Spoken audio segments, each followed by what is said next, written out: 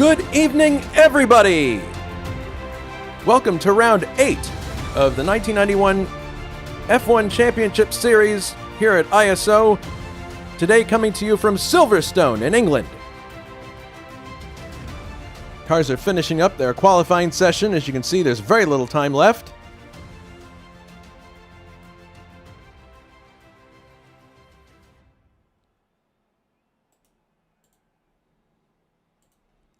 And I'm joined in the booth by Jonatan Acerclinth. Jonatan, how are you? Pretty well. Just a little bit too hot in Sweden at the moment. But That's something you don't hear too often. Nah, that's certainly true. But yeah, we've been experiencing quite a heat wave. So running in shorts and nothing on the top of my body. So yeah, that should give you an idea of how hot it actually is in Sweden at the moment. As I usually run in full gear of clothing. Well, it appears that qualifying is just finished, and Pascal Mikola is actually very hot as well. That's a really lame segue, sorry. He's on top right now in his Tyrrell Honda, Dave Miller second, Anders Nilsson third, and Brian Janik fourth in the two Minardis. That's interesting. Gabriel Del Piccolo fifth, and Tiago Canola making a one-off appearance for Leighton House is sixth. We'll go through the whole grid later on. Before they roll off for the parade lap. But you're also going to be in tonight's race, aren't you, Jonatan, driving for the Coloni team?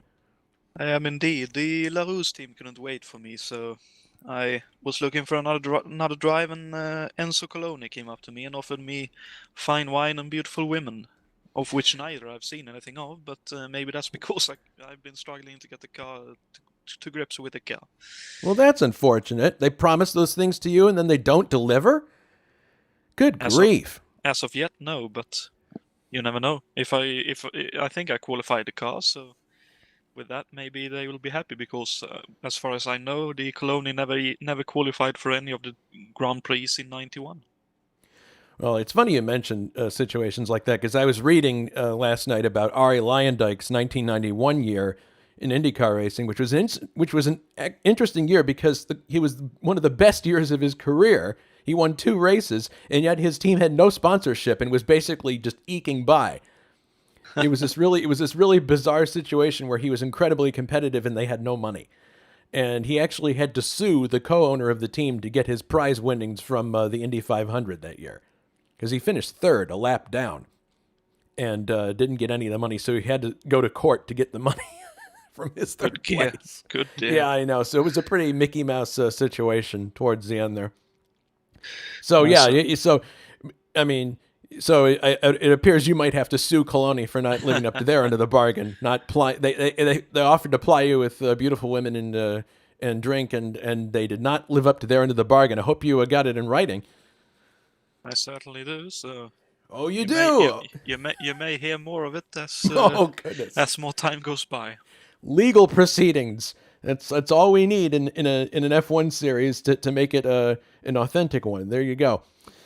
All right. Well, while we have a moment here, we're still waiting on Alberto to show up in the broadcast booth. I'm sure he's got plenty going on this weekend. So let's take a look at the driver's point situation. And I got to say, this is the 8th round, so we have reached halfway point in the series. And you couldn't ask for better parity at this point. Take a look at the driver's table. A 6-point spread between the top 4 places. That's amazing.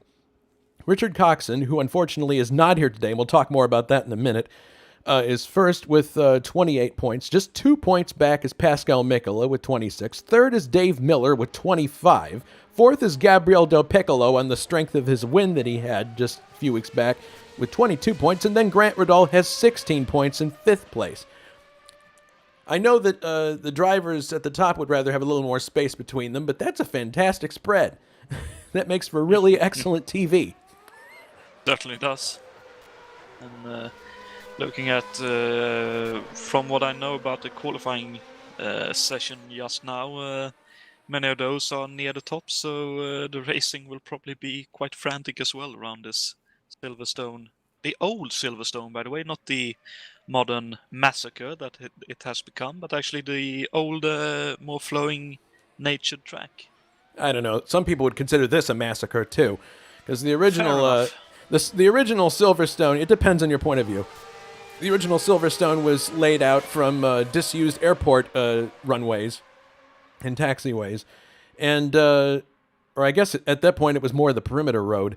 In any case, very straight lines and not a little bit of elevation change here and there, but very much about speed. And then they decided for this year, this is the first year that this track appeared in this configuration. They decided to go and make it look like a road circuit, and it's not an awful circuit. I mean, there is actually kind of a musical quality to some of the corners, especially the turns 2, 3, 4, 5, and 6.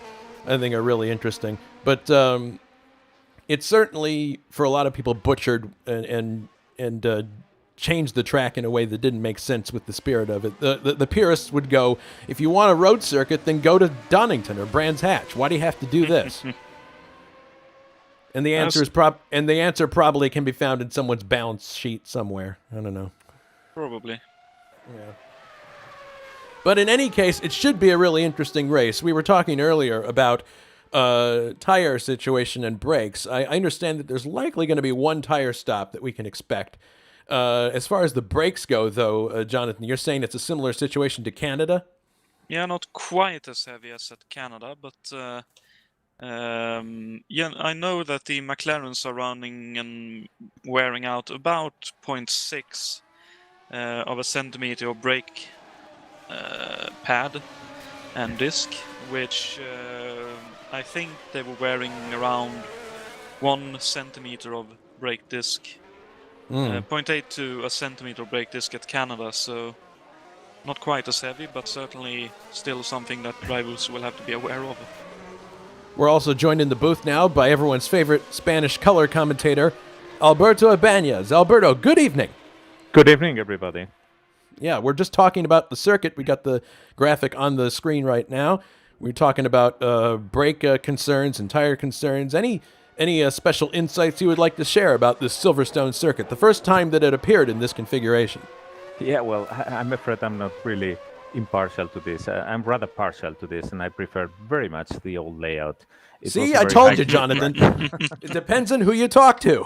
On who you talk to, yeah. I mean, I don't question that it became much more technical, so to speak, after the changes that were introduced here to reduce speeds and probably make it more fitting to the modern Formula One. But somehow it lost a bit of the charm that it had before, that air-filled feeling that it had when it was really just a power high-speed track.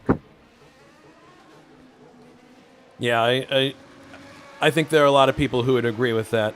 But Jonathan brought up a really good point that you could also look at it from the point of view of the person who hates present-day Silverstone and wishes it was like this. So that's true.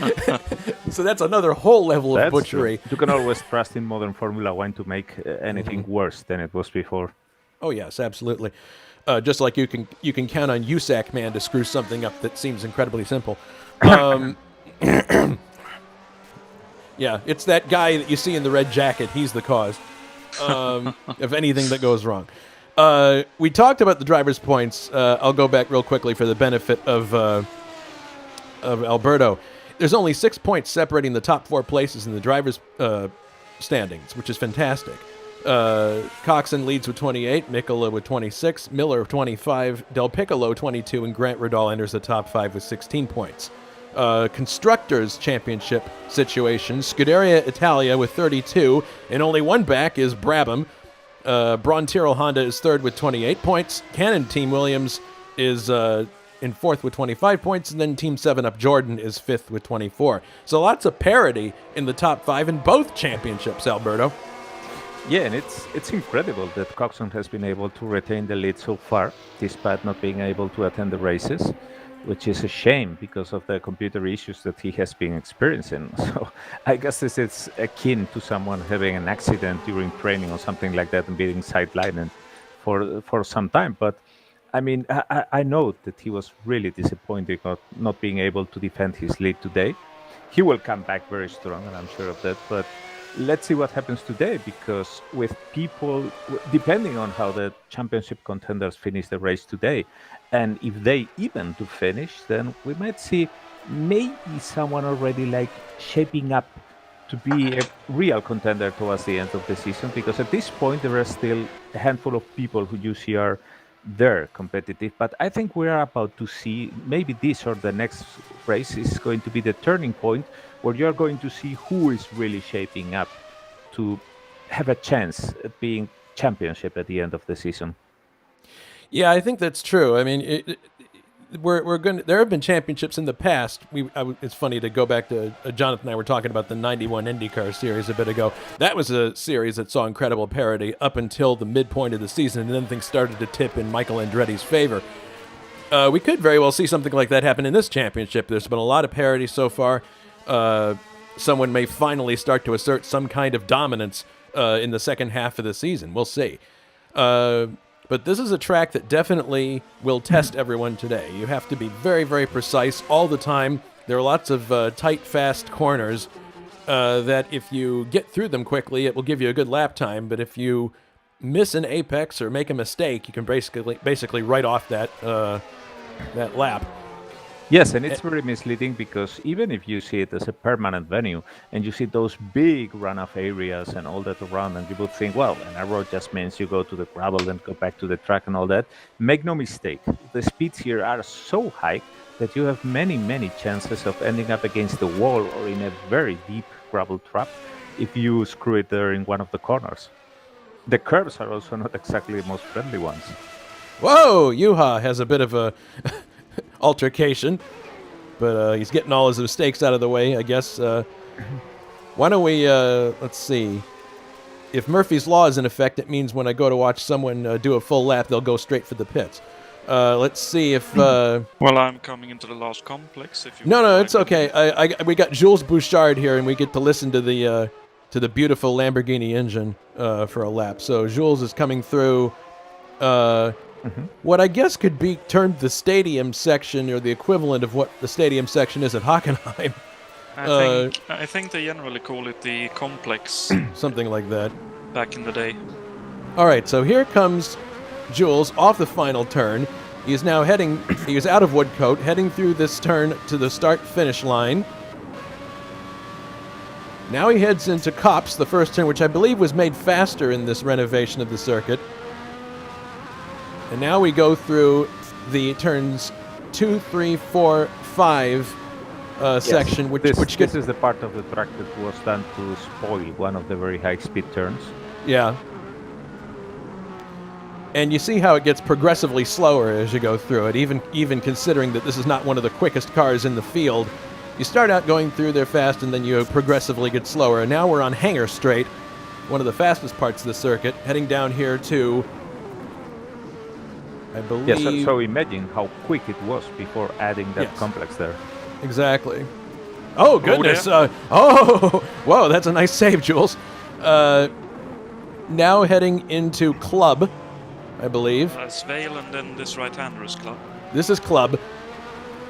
Yeah, this is like a gigantic version of the post-stop chicane at Spa, which was made again to spoil the very quick turn that was here before.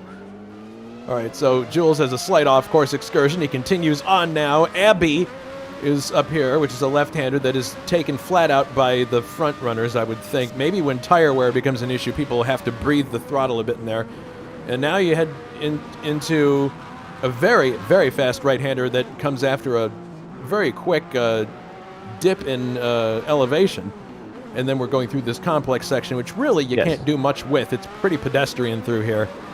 It is, but you can gain or lose a lot of time here. Because, you know, this is one of those things that compromises your setup. Because in general, and despite all the nuisances that they put there to spoil the high-speed turns, it remains a rather high-speed circuit, okay?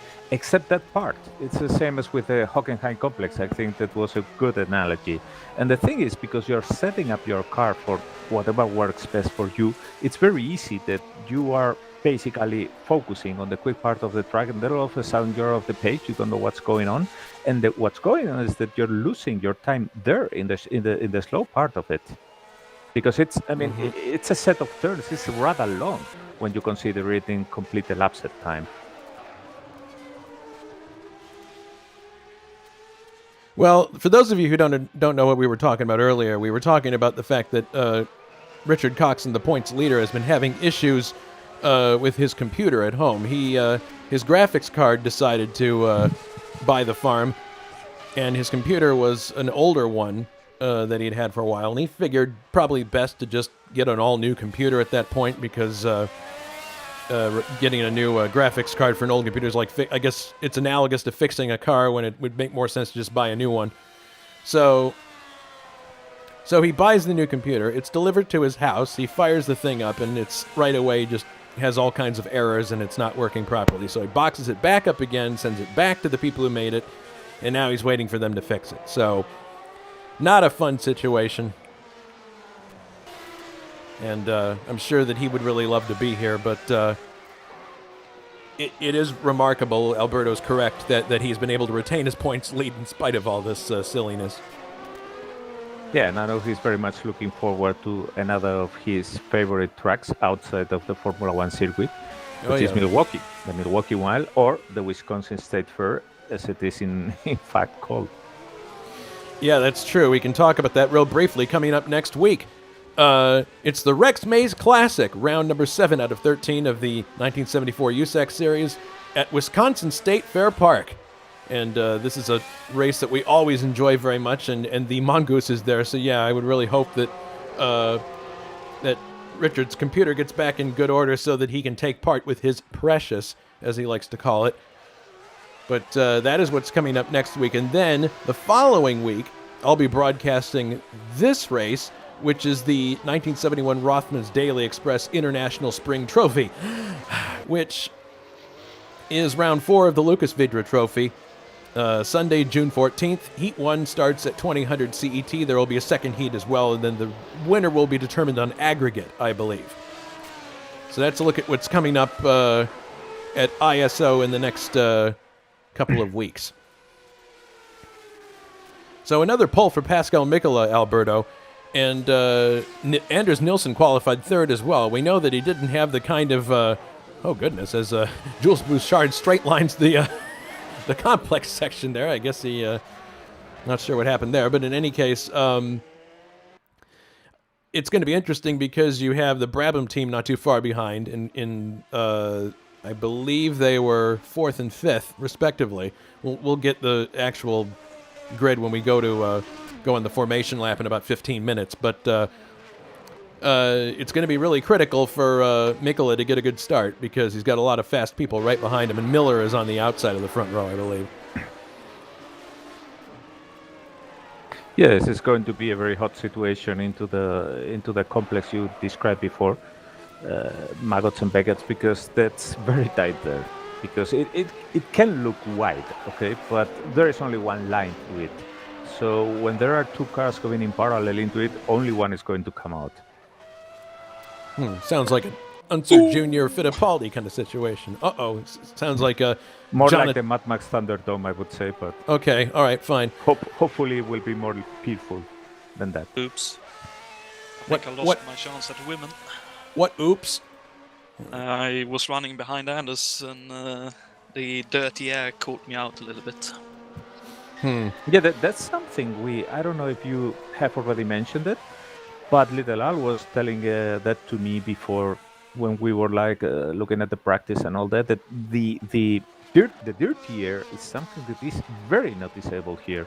It's something that you don't get to feel that much in other Formula One tracks.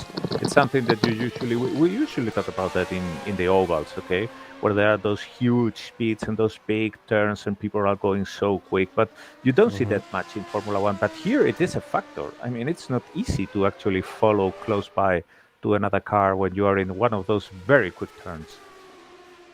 All right, well, while we have a moment here, we're going to pause for a commercial break, and when we come back, we'll talk about some other key items before we go to the race. We'll be right back after these messages. Don't go away.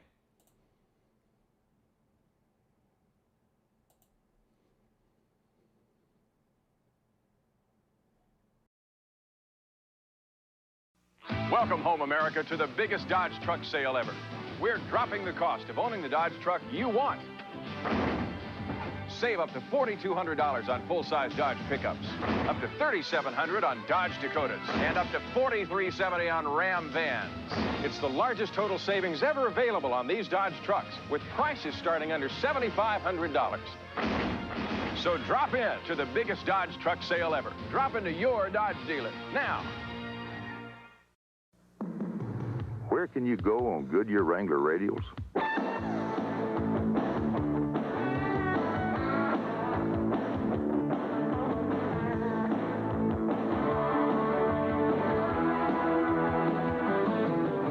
So where can you go on Goodyear Wrangler radials? Just about anywhere you want. Put on a set of Goodyear Wrangler radials, and you'll know why we say the best tires in the world have Goodyear written all over them. The Van Pattens meet one tough customer. Dick Van Patten, you're saying someone can oil and lube my car better than me? Yes, it's called Jiffy Lube. In 10 minutes, the J-Team changes the oil with quality Pennzoil. Here comes the Pennzoil. Replaces the filter and lubes the chassis. Fills the fluids, 14 services in all. Okay, but how much? So welcome to Jiffy Lube. We'll take care of you like family. J-Team, this looks like the beginning of a beautiful friendship.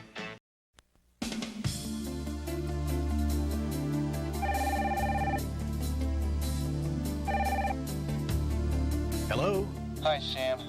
Listen, I really need to go. Listen, can you hold on for a second?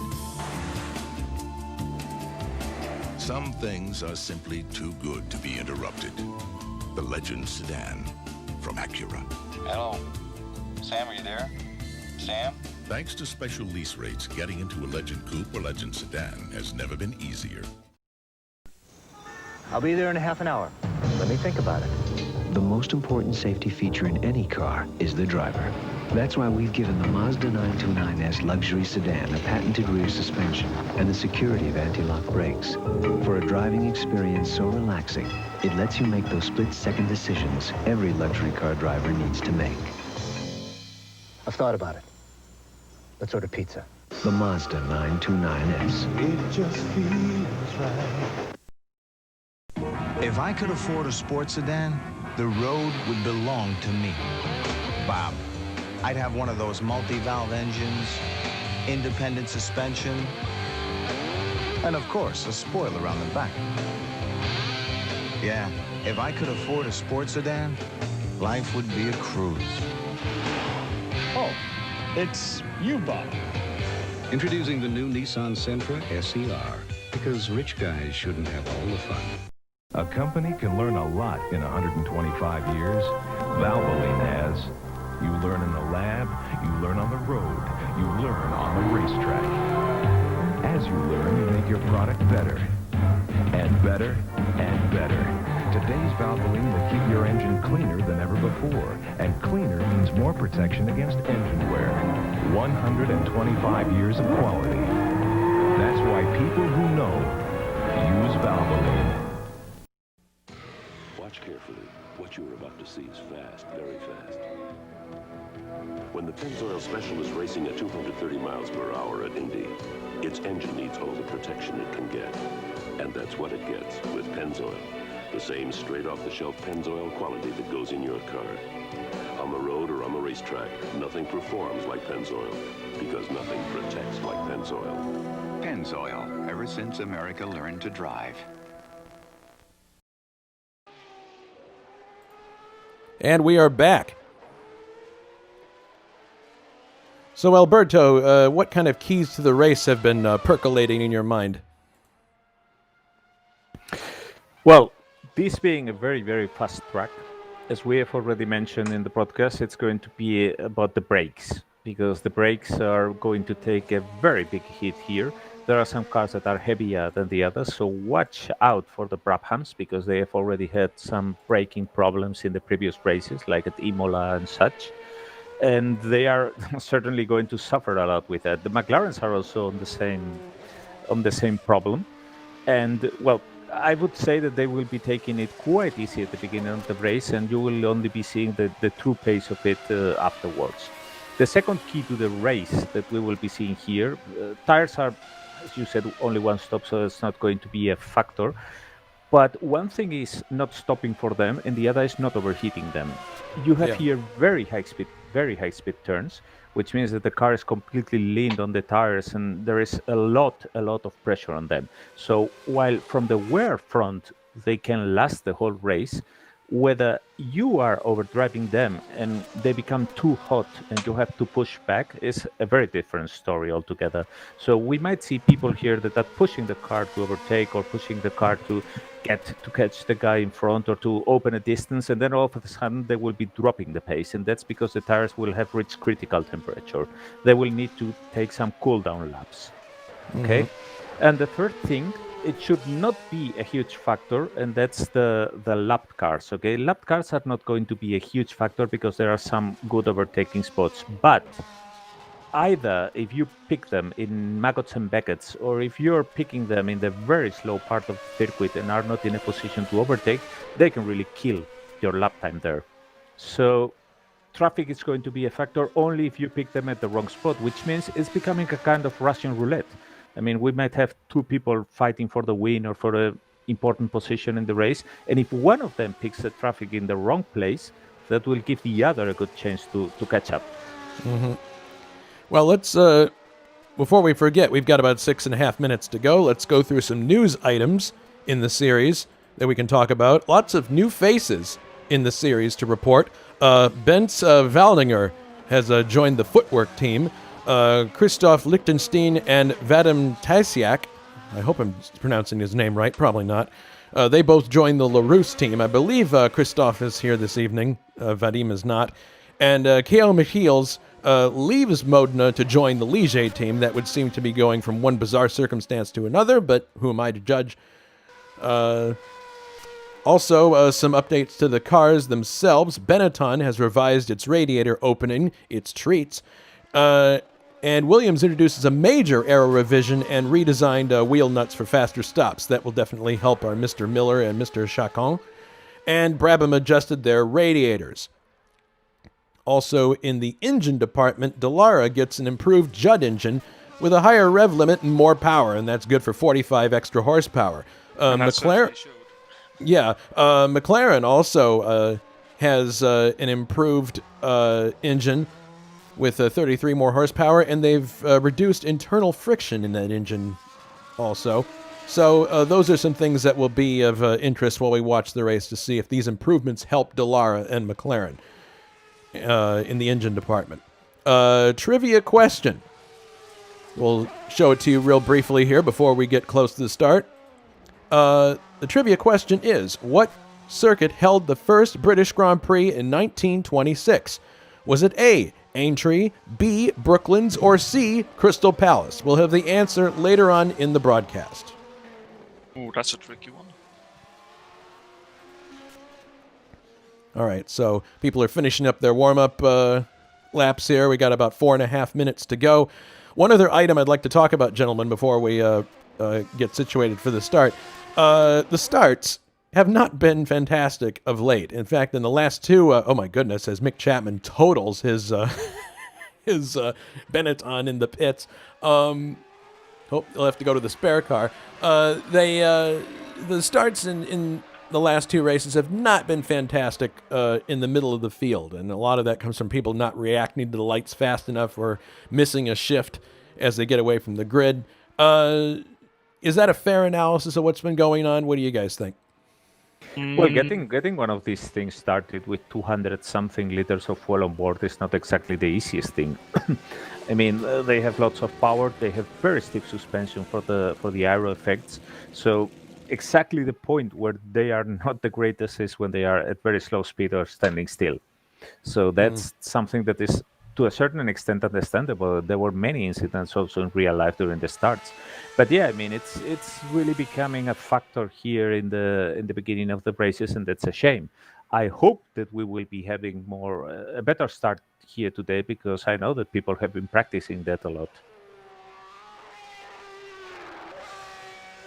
And it's also a question of you want to get going, but you don't want to go too much on the throttle, because then you will have wheel spin and it can take off any which way. So, but it certainly caused some strain with some drivers, some of whom put in a lot of effort during the week to get ready for this race, only to have it all come up nil because something happens in front of them they're not expecting. So hopefully that will not be the case going forward.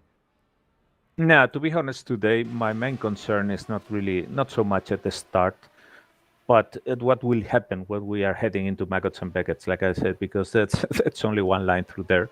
Many cars will be packed there, so I hope they will be able to, put one after the other to slot properly one behind the other and get it safely through it. If they get through Maggots and Beckett's cleanly on lap one, I think the rest is more or less something that we will be able to get along with it safely.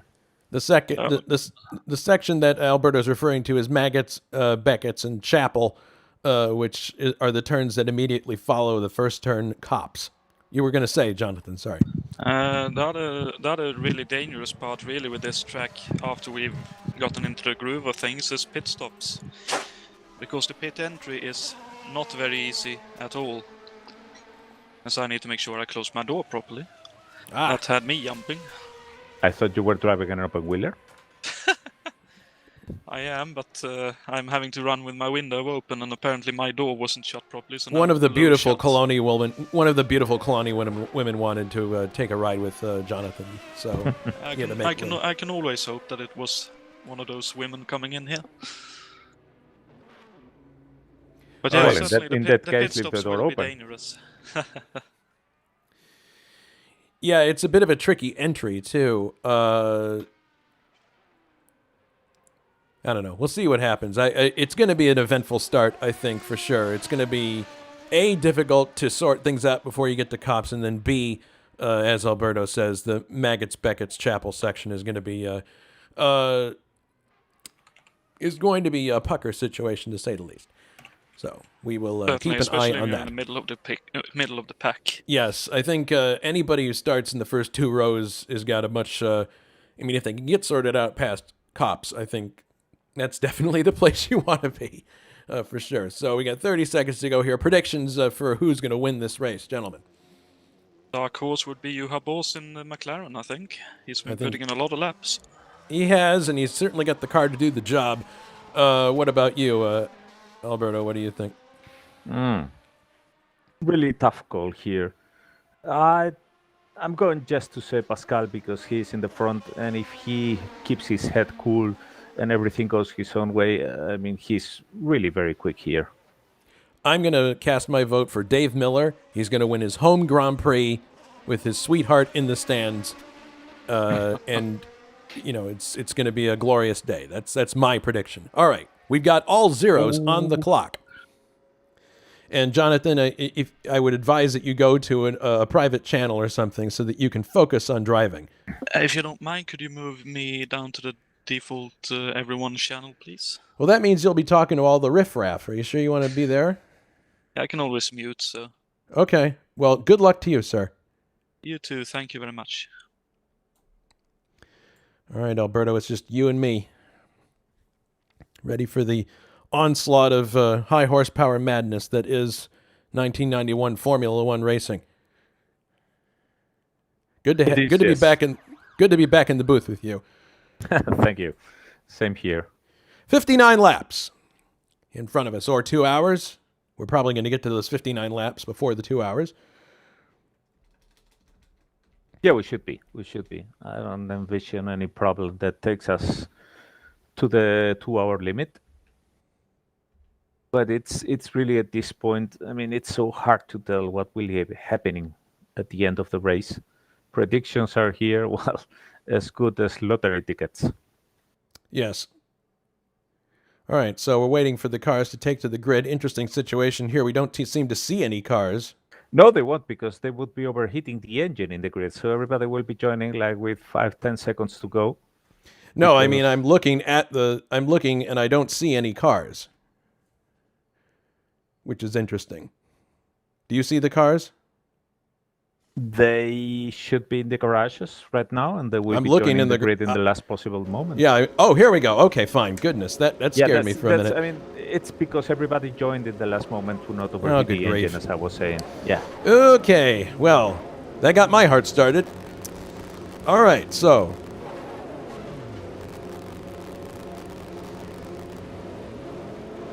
2, 1, 0. Warm-up lap is starting now. all right, here we go. It's the pedal on the right, Pascal. Okay. On the pole, Pascal Mikola, Tyrrell Honda 020. Second, Dave Miller in his home Grand Prix, driving his Williams-Renault FW14.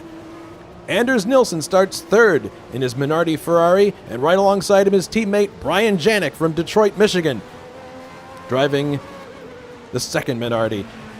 Fifth, Gabriel Del Piccolo, winner last time out in the Jordan. Sixth, in a one-off drive, Tiago Canola for Leighton House Ilmore. Seventh, Adam Hackman in the first of the Benettons. Eighth is Dave Miller in the first of the Brabhams. Ninth is Juha Boss in the first of the McLarens. Tim Hilla is 10th in the second Jordan. 11th, Mick Chapman in the second Benetton. 12th, Richard Wilkes in the second Leighton House. 13th is Grant Riddall in the other Brabham Yamaha. 14th is Little Al driving the other McLaren Honda. 15th is David Saber in the Ferrari 643. Still has to score a point yet. The Maranello team having a dreadful year so far. 16th is Ray Riddall in the Dallara Judd. 17th, Mike Olson in the other Ferrari. 18th, making his ISO debut, Christoph Lichtenstein in the LaRousse Ford LC91. 19th, Johnny Aces, driving the Coloni Ford C4. 20th, Guy Kramer in the first of the Lotus Judds, 102B. 21st, K.O. McHeels, Ligier Lamborghini JS35B. And his teammate in 22nd, Jules Bouchard. 23rd is Bence Valdinger-Bence. And he's already lost his front wing, so that's going to be a problem. Goodness. Yeah, I'm looking at that now. Not good. 24th is Timo Vermeersch in a Lotus 102B.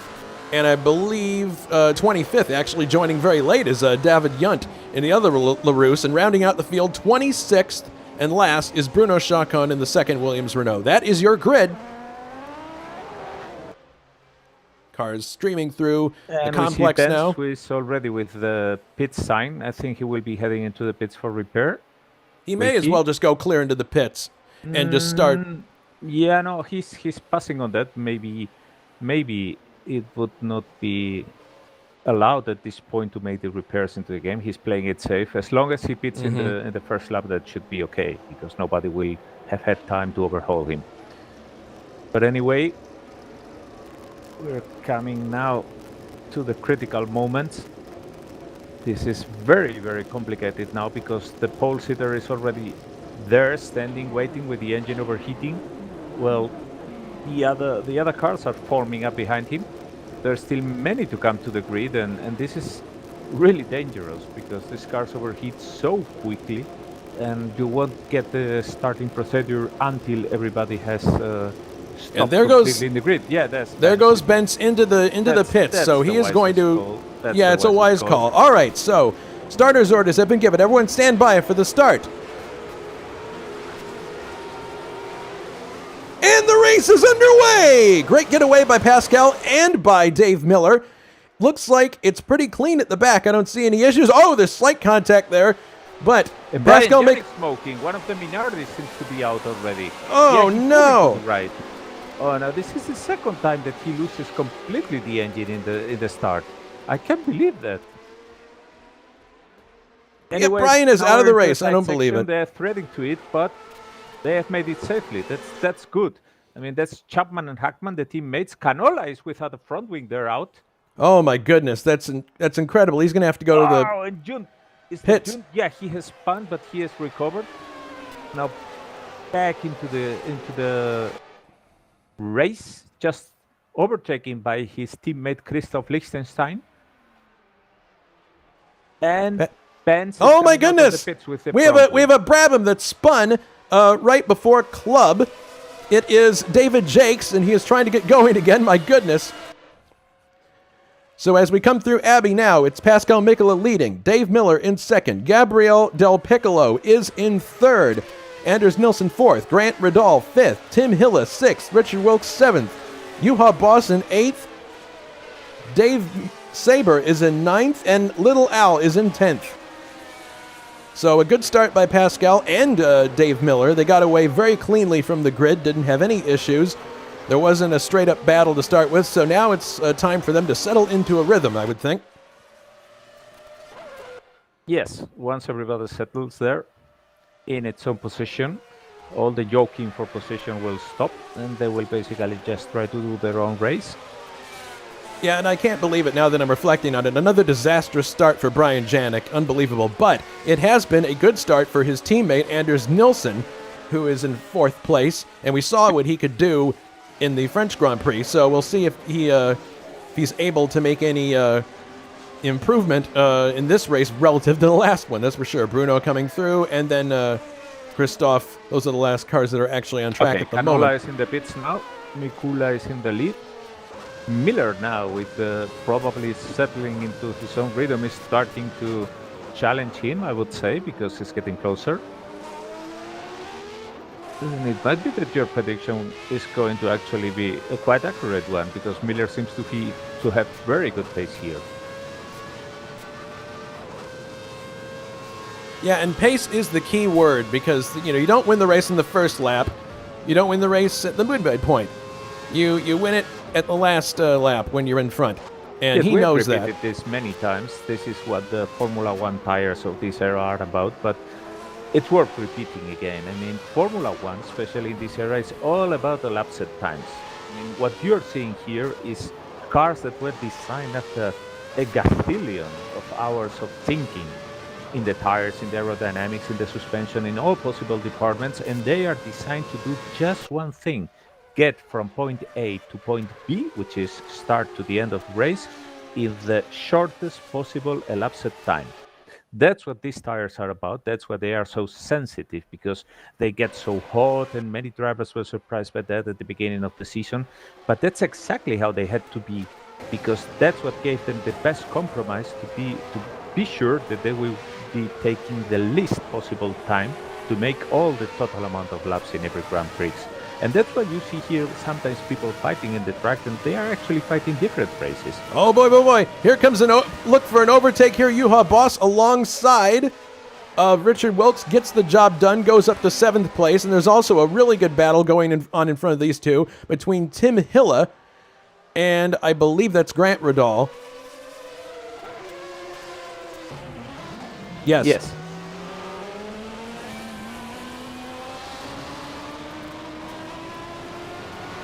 Yes, that's Grant now, followed by Tim Hille, Juha Boss, Richard Wilkes, David Sabrel, and Little Al. That's a group of cars that are in striking distance, but behind them is David Jacks trying to overtake Adam Hackman. David Jacks definitely trying to make up lost ground because he lost a lot of time, and you can see him closing in here on Adam Hackman. Ooh, goodness.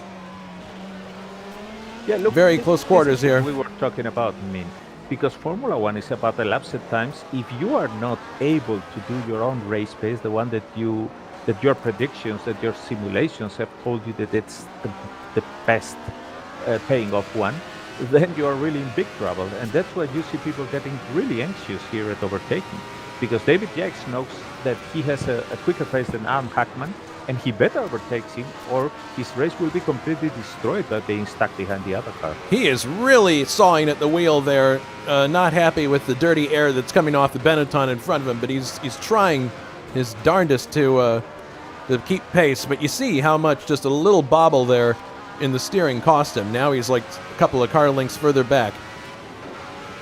I should say Canola is back on the track now with a repaired front wing, going as quick as he can. Well, he's got his work cut out for him, that's for sure. Oh, and the Piccolo is already trying to overtake Dave Yeah, Miller. he I is. think that what I just explained is the reasoning that everybody is applying. They want to get by the car that could destroy the rhythm. Del Piccolo, the winner. Yeah, he's not happy to be behind Miller. Well, Del Piccolo won the French Grand Prix the last time out and shown incredible pace in this car. And he definitely wants to back that up with another great result to show that it wasn't a fluke. But Dave Miller... Pascal is not getting away that easily this time. He's pulling out a bit of a cushion, but it's only just that, a cushion. It's not anything I'd to... say that part of it is Miller having to defend from Del Piccolo. But we'll see. We'll see in the next laps. don't also lose the perspective, because Anders Nilsson there is in very comfortable fourth position. Yes, very he has comfortable. Nobody right behind him hampering his lap times, and he's going ever quicker. No, I think Nilsson may be the sleeper here, because you're right. He's not under any pressure from anybody. He's in a situation where he can run his own race. That's a great point by you, by the way, that you have to run your own race. And the others are distracted by the fact that they're near people, so that may force them to put more effort in and use up their cars more than they otherwise would. Here is Del Piccolo looking down the inside, but he doesn't get it done. Probably just giving Miller a little looky-loo there and saying, hey, here I am. But And you're meanwhile, right. Jax dispensed with Adam Hackman, and is right now behind Little Al for 10th position. But he's already suffering a lot from the aero effects. His car is waving a lot behind the car. Oh! Juha Boss just sneaks up the inside of Tim Hille and picks up 6th place. Very nice job. Just got there, through there by the skin of his teeth. Tim Hille is going to try to counterattack, but I don't think that... Well, actually, it looks like he's trying here into Abbey. That's not probably the best place to do it, because that's a one-line turn. Coming look through... at Richard Wilkes now getting close, because he's sniffing the possibility of Hille and Juha having any kind of issue while doing their fight. And Wilkes is a very opportunistic. I mean, he's a very clever driver, and he knows very well how to make an opportunistic move. Jakes has overtaken a Little Al now, and now the next car in line is David Saber, who has survived the start, which, not to denigrate David in any way, shape, or form, is something that he's been having a hard time doing in this series. No, I think he's doing fine today. No, he's doing great. I think for him, the key is to just settle down and just try to complete the first 10 or so laps without incident, because he's in pretty much every race so far, he's retired very early on, and we don't want to see that happen here. Oh my goodness, look at the closure rate there. Battle between Chapman and Hackman. Jakes just came so close to running up the back end of Saber. He was not prepared for the closure rate going into Maggott, Beckett's, and Chappell, but here he comes now alongside V12 versus V12 down the straight, and Little Al's got the popcorn placed back there. Okay, and Chapman just overtook Hackman. Yes, Benetton battle going on. There. I should say this is the home Grand Prix of many of the drivers in the grid today. Well, yeah, most of the teams in the series are British teams, regardless of where their engines come from. To make a quick head count here, despite not having Richard Coxon, we have, of course, David Sabre, we have, of course, Dave Miller, but we also have Mick Chapman, we also have Grant Ridal, who is also English. Well, Mick is obviously British. But I mean, my goodness! Well, we do have one development that we missed. Somewhere there was an incident of Pascal Mikolas that took him out of the lead. I'm not sure where this was. My goodness.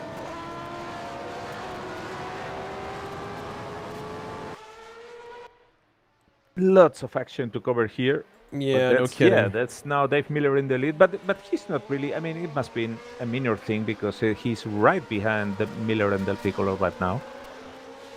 And it was probably just a minor bobble. The position where you can see Dave Miller shine.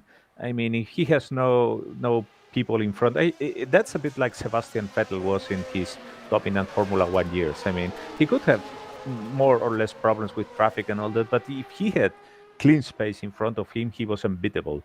And Miller with the Williams can do a really good job with that here. As we have a slight pause in the action there, because they had to get around Bence Waldinger. But look at this. Here comes, oh my goodness, Pascal Mikola definitely trying to get back second place at least. I'd say that he's being a bit over anxious here. Well, the pace is good at the front. I'm looking at the lap times, and I don't think that if Pascal had been really like taking off and going so much quicker than the other guys in front, I could understand that he would be anxious to pass and do his own race. But that's not the case here. He was not opening a huge gap, which also indicates a bit his strategy. I mean, if you're opening a big gap, you're normally using softer tires, and you have to stop earlier, and that's the reason why you want to open that gap. Oh goodness, Dave Miller has run wide on the course, but it looks like he's going to be able to rejoin. Slight mistake from our leader, Dave Miller, but manages to get back. My goodness, that was a very lucky save It looks like he just ran a bit wide there, and lucky for him, there was a bit of tarmac on the outside. My goodness, that's made my heart skip a beat. Yeah, and Juha Boss is doing today a fantastic race, and here comes Pascal again. Looking up the inside. Sorry, looking up the inside of Del Piccolo. Yeah, I think you're right. I think Pascal's getting a bit too anxious right now. I think he needs to settle down, because otherwise he might make another error and run into a problem, that's harder to recover from than just losing a couple of places at the front. Jam behind Grant Vidal right now. There's oh my goodness! Was trying to pass. He can't find a way. Tim Hill is getting anxious, and Wilkes is there with the shark lurking over the surface, right behind all of them, waiting for them to fall into his clutches. This is tense stuff. As they come into the complex, Grant has got a queue of cars behind him, appropriately, because queue is a word you would use in the UK. This looks like a Piccadilly Circus in the rush hour. It looks like they're trying to do a reenactment of the 81 Spanish Grand Prix. As they come around here, this is going to be another shot for Juha to get by, but there's a big train of cars. Obviously, Grant is holding up this train. Juha very anxious to get around because, like you said earlier, you don't want to lose. Oh, there he goes! Finally, he's got right up alongside. Nope, actually, that was a foreshortened shot. Now he's coming through, trying to get shoot. So it appears that the V12 in that Yamaha is just enough to keep Juha at bay. They're coming down the hangar straight now. Now we'll see what's going on. Honda versus Yamaha. Juha, I would be very surprised if he didn't get it to stick this time. Going into the turn. Oh my goodness, look at that. Grant slams the door. No, sir. Ben's got the flat spot in a spin, and he has decided to quit because he was too far away from the pits. So he basically decided to call it a day. Well, that's understandable because, if you have a tire issue in this mod, it's very easy to recover from, and you have to baby the tires to even have a shot at doing well. Unfortunately, look at that. Now, Little Al trying to make a move on David Sauber there. Yep. Side by side into Abbey. Too wide going to the corner. There's David defending there. Yes. Classic McLaren versus Ferrari action here. Yes. Goes up the inside into the complex. This should probably stick. Although, here comes... No, it does. David lets him have the position there. Lives to fight another day. Meanwhile, Juha is still bottled up behind... look how he opens Grant. the trajectory to get the cleaner at the corner entry. And now try to get a run on Grant Vidal. But Grant blocks very well the line. And now they're going here into this complex. This is... Look at that. I mean... There's nothing you can do. That slap in the steering wheel, that's the aero effects. I mean, he was leaning there on the tires in this very quick corner, and all of a sudden he got all the air taken out, sucked out by Grant's car.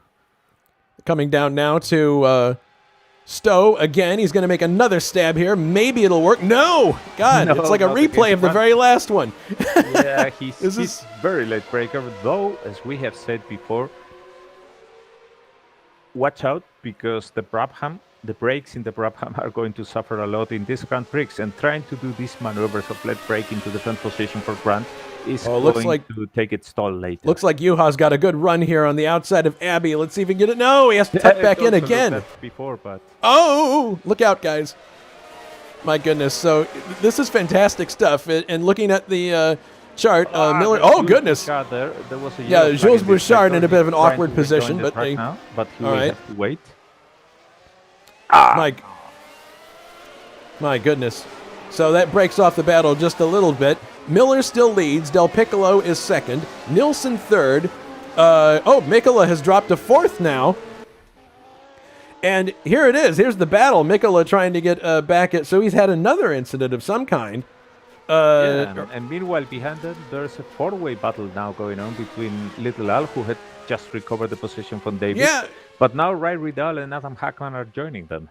Well, now Juha's finally gotten by Grant Riddell, and now it's Tim Hillis' turn to try to handle up the Brabham Yamaha. There's Jules Bouchard now in the pits, probably for tires and damage. I would think so, yes. Oh, and we've got an interesting Italian battle going on here between Ray Radal in 12th, and he's got the Ferrari of David Saber right ahead of him in 11th place. And we talked about before that the Judd engine in the Dallara is of improved horsepower, so I wouldn't be surprised if he's able to at least challenge for the position, if not take it. Yeah, it's We'll a see. shame. I know that Richard Coxon was really, really pissed off with not being able to compete here because the car was going to get a nice upgrade, and well, it's his home Grand Prix, obviously. So actually, Radal has been able to solidify his 6th position. Grant Radal, I should specify. And Juha has solidified his 5th place at this point. But as we look at the lead here, Del Piccolo has closed up on Dave Miller. God. What an incident there in the back.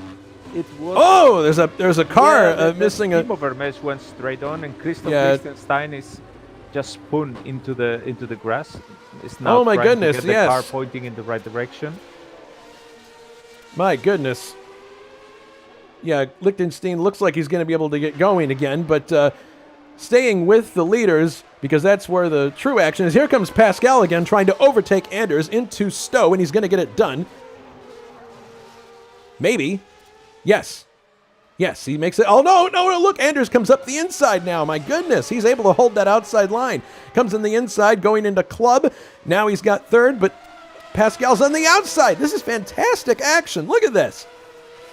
Really great.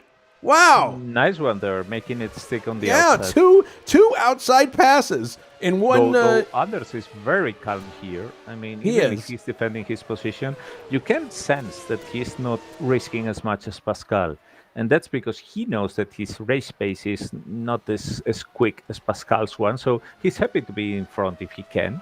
But he's not really bothered to be behind if Pascal can overtake him. Whereas in the case of Pascal, as we have said, either he goes to the front or he cannot unfold his race pace, and that's going to hurt big time. Meanwhile, Del Piccolo, right with our leader, Dave Miller, as they come up to Cops, he takes a quick look, but he's not going to make an attempt here. No, he's just showing himself. Interesting, though, because they do have lapped cars up ahead as Del Piccolo takes another look. There.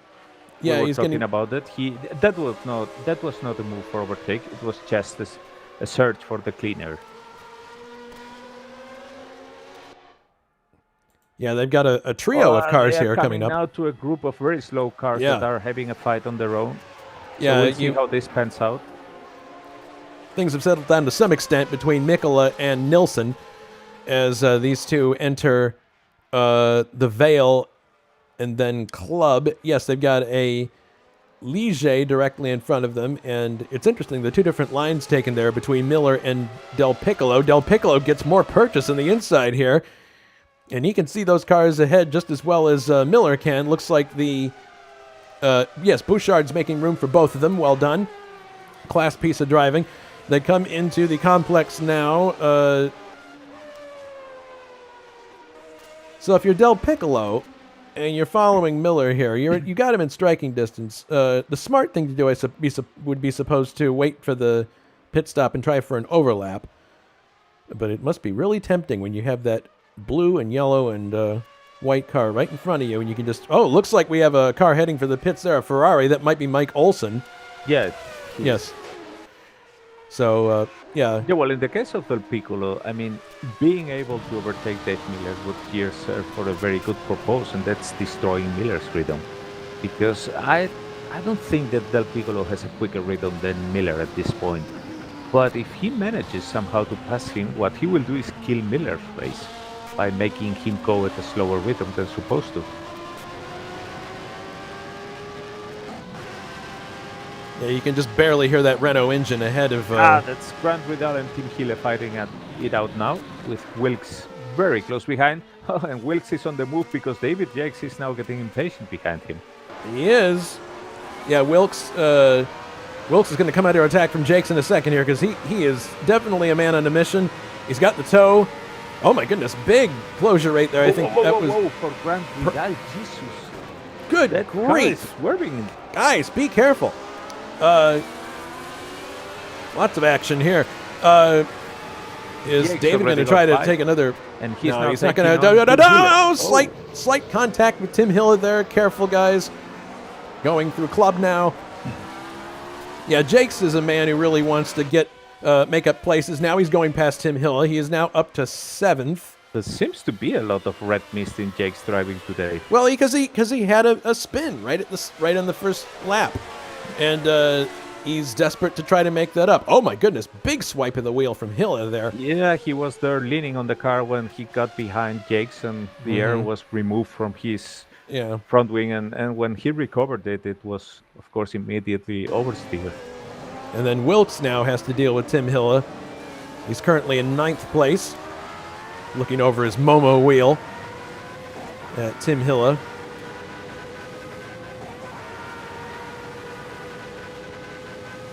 Miller still leads. Del Piccolo is 2nd. Mikkola is 3rd. Nilsson 4th. Juha is 5th. Grant Rudolph 6th. David Jakes in 7th. Tim Hiller 8th. The car you're with, Richard Wilkes, is 9th. And Little Al is in 10th place.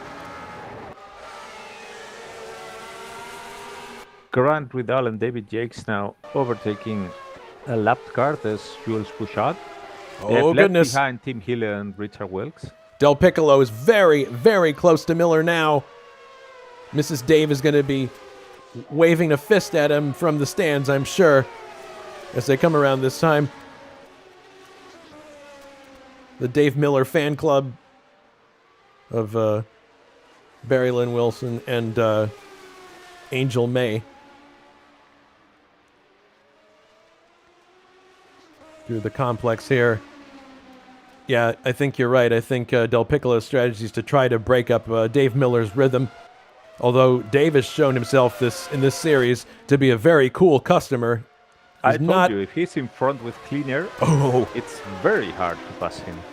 Now they're coming up. Oh no! Del Piccolo has had a spin. No! He got arranged that with a throttle. Into 2nd place goes Pascal Mikkola. That's how quickly the Porsches turn around here. And he's going to lose. He's all the way down to 4th place now. That's incredible. He lost 2 positions. My goodness.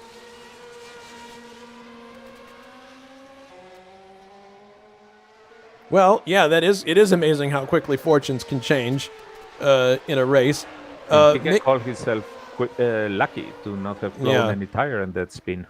Yeah, I've noticed too that if you run off the track here onto the grass, you can blow a tire quite easily. I don't know. I guess the grass is rather sharp. Long spin where the tire is sliding for a lot of time over the tarmac, it can get too hot and you can get the spin. Yes, not so much on the grass, but when you have had a long slide across the racing surface.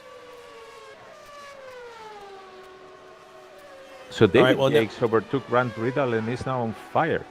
He's in 6th position, already points paying and going very quickly. Though this is again the second time, remember Mexico, when we see him climbing up a mountain after having had a small error on his own. And meanwhile, Wilkes is still working at the back of Tim Hiller, trying to climb another position. I love that turn after the straight past Abbey. It's like a roller coaster ride.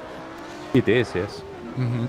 That's one really nice thing you can say about all the British track in general is that they have so many up and down hill sections, and that's absolutely great.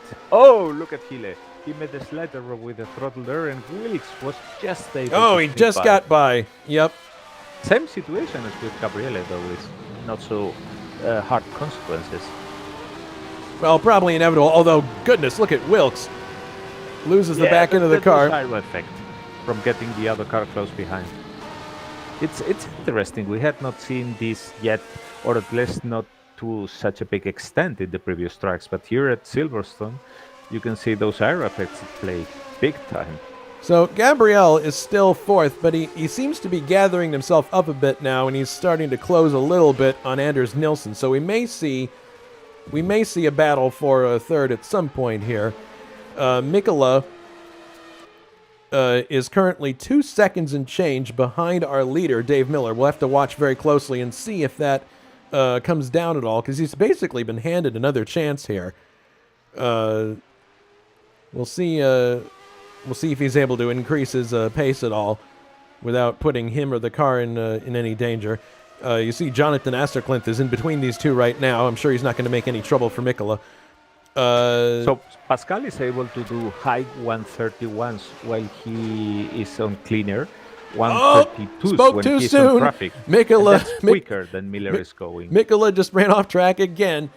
My goodness, he's going to have to work on being more precise there. But that's the thing about this racing is precision is key. And he actually runs into the back of. Well, that was unnecessary. I think he was caught up by the aero effects. Maybe, I think that was maybe. the reason. He basically understeered into the car in front because he ran out of front wing support. Yeah. It looked to me like that. I mean, all right, I was fair probably enough. Surprised. Fair enough. So Mikola now makes it past both Canola and Acerclinth, and we'll see if he's that whole altercation actually cost him a great deal of time. He's now got 4.6 seconds between himself and Dave but Miller. As I was saying, Mikula, when he is in cleaner, he has been doing 131.7, whereas in the case of Dave Miller, he's very constant in low 132s and ventures occasionally into 131s, into high 131s. So Mikula has more pace at this point, though, as we have seen, that means he's really, really, really pushing the car and getting in a very uncomfortable situation where he can lose control any moment. Yeah, Del Piccolo definitely is closing in on Nilsson little by little, so we'll see a battle for third here before long. He might be the real sleeper, as you said, because look how little we have talked about Nilsson in the whole race, and he's there in third position. Well, all the action has been happening in front of and behind him. That's why. Yeah, but it's one of those situations where the guy who gets less involved in incidents and in battles and all that might apparently appear towards the end of the race and do something about it. And that was, for example, the usual technique of Al Unser in the American circuits. That's a guy who came out of nowhere to win the race, and you had not heard anything from him during nearly half the race.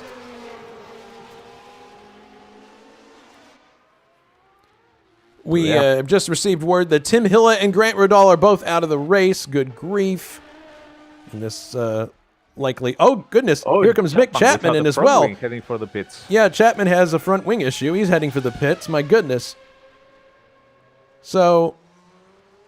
lots of stuff happening here in short order, but we have two retirements now in Grant Rodal and Tim Hilla. That's very unfortunate.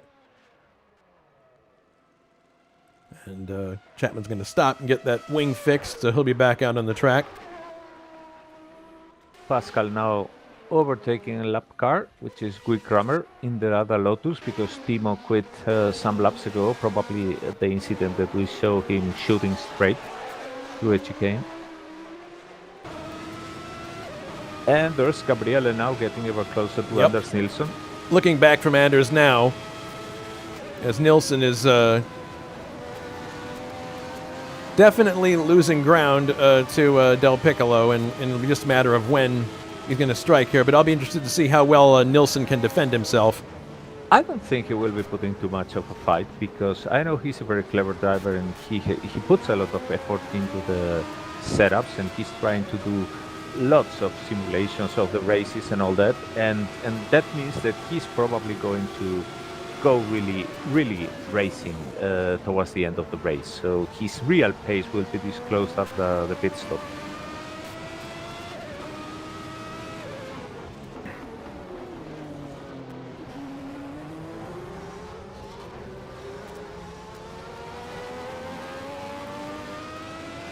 All right, so Nilsson holding his own now, and if you look back behind him, oh, those are cars that are actually a lap down. I thought I saw another battle going on, but be very interested to see what happens here. The gap between the leader and Mikola right now, as Bouchard makes room here. Oh, a little awkward for Del Piccolo, but he's all right. The gap between the leader and second place is about 3 seconds right now. Wow. So it started. Right behind them, that was a Leighton House. I think it was maybe the lapped one. They had and Jules Bouchard is out of the track now. As I'm scrolling through other cars. Yeah, we see a bunch of cones all over the place here. It's tempting to go back and look, but I'm so afraid of losing sight of an actual pass that's going on. Oh my goodness! Yeah, it looks like we have a Lotus that has an issue. It's not Guy Kramer. It appears to be Timo. No, Timo retired from the race. Oh, Timo retired. So it must have been. Then it must have been Guy Kramer. Yeah.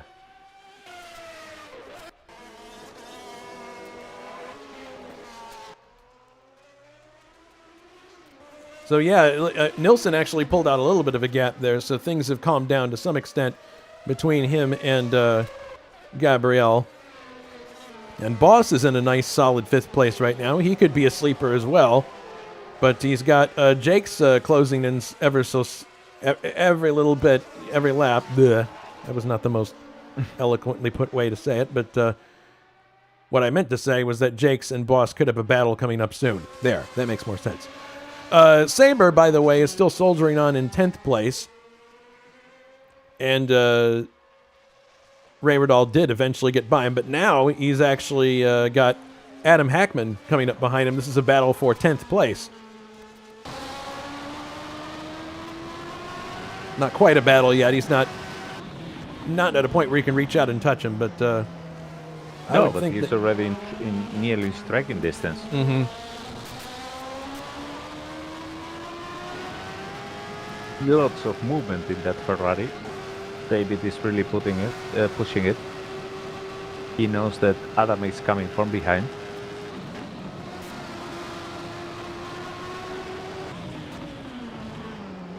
And this is, we had been mentioning it previously when we were talking with the drivers. This is a really bumpy track. I mean, you would expect, yes. Yeah, you would expect that such a high-speed track would be flatter and more billiard table smooth, but that's not the case. This was formerly an airfield. That's how Silverstone came to be, as many other tracks. And even if they reconfigured and repaved a good part of it, like this section where David and Adam are going now through, the older sections, oh goodness! Well, that's going to delay Hackman's progress forward a little bit. My goodness. Before, these curves are here really dangerous.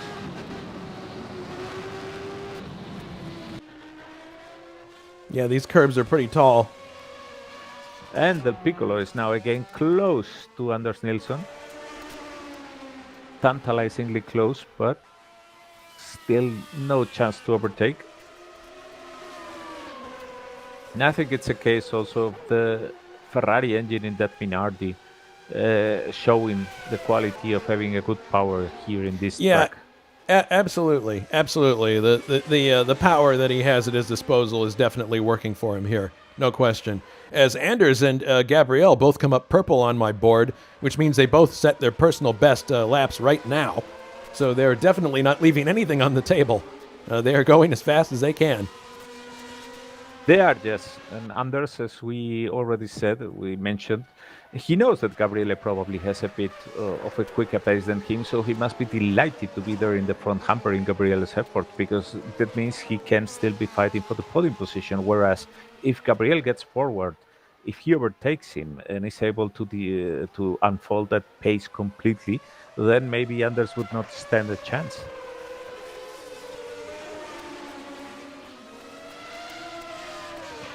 But we'll see. We'll see, because we know that there is at least one pit stop to do. And gentlemen, we are in lap 22 of 59. I mean, it's not half the race, but we are closing to it. And there's been so much action that all this race has flown by very, very quickly. Yeah, it's been very hard to keep track of. Yeah, in any case, when we are close to lap number 30, we will see cars starting to pit. And because this is a single stop race, we will see if there are people who are actually going to gamble on much softer tires for the second stint, where you don't run anymore with 200 liters of fuel. And then we might see some people all of a sudden jumping widely in the pace. Oh, Gabriele, no, that's not the place. And, oh my goodness, yeah, Gabriel's getting close again. That's a bad spot for overtaking, and I think he was just basically trying to make Anders nervous going in here. But look at here. I mean, Anders was just stuck behind the slower car. This is not a place for overtaking. And now Gabriel is very close to him. And in this straight, thanks that Nilsson has the slipstream, because otherwise Gabriele could easily have tried to make a move on him here. Yeah, because absolutely. This is one of the clearest overtaking parts of the car, of the track. Coming down now towards Vale and then Club. And the gap is definitely shrinking between the leader and Pascal Mikkel. It's now down to 1.6 seconds. So we're getting close to pit stop time, as you said. And Pascal's definitely pushing as hard as he can. So we'll see if an overlap is possible here. But I gotta say, Miller's been driving a really good race so far, except for that one small issue he had. We see a yellow flag there for some reason. Somebody might be off.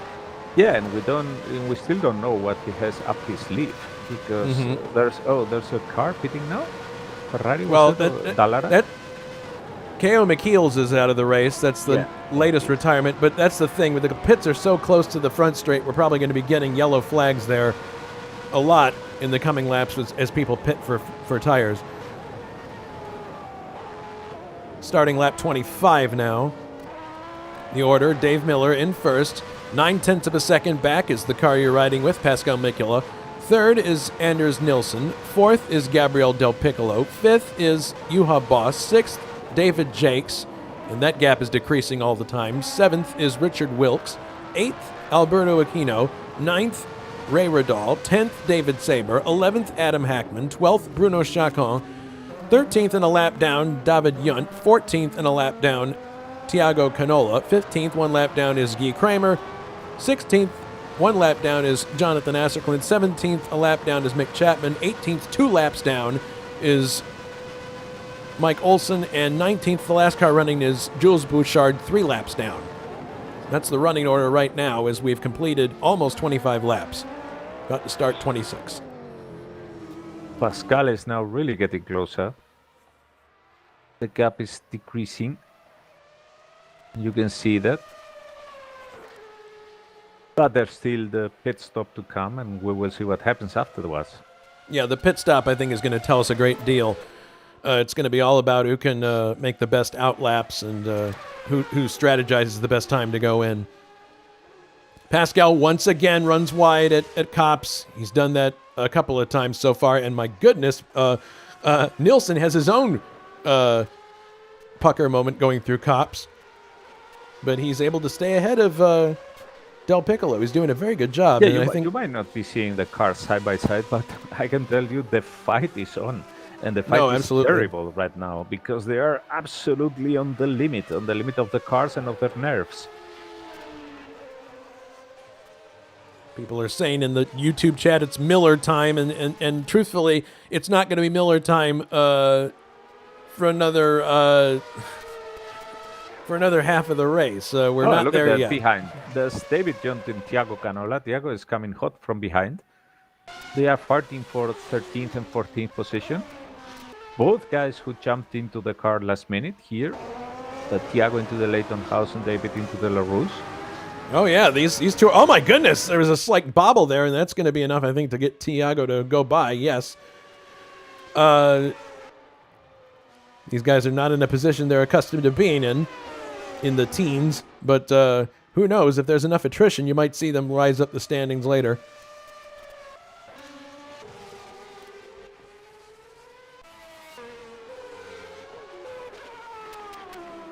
It's a 1.4 second gap now between Pascal and our leader, Dave Miller. We should keep an eye on the front of the field, because we don't know when these guys are going to head for the pits, and we don't want to miss it. As now, a Ligier is in between, and that would be Jules Bouchard. He's the only Ligier left, but he delays Gabriel just a tiny bit. Not intentional, obviously, but... No, he actually did a great job, because that's exactly the section where the drivers were warned in the pre-race briefing that it was not the place to lap anybody. So even so, he made an effort to let Gabriele by, and he more or less achieved it. So that's a very sporting move on Jules, who could have followed his own line, knowing that the rulings would be that he can stick to that.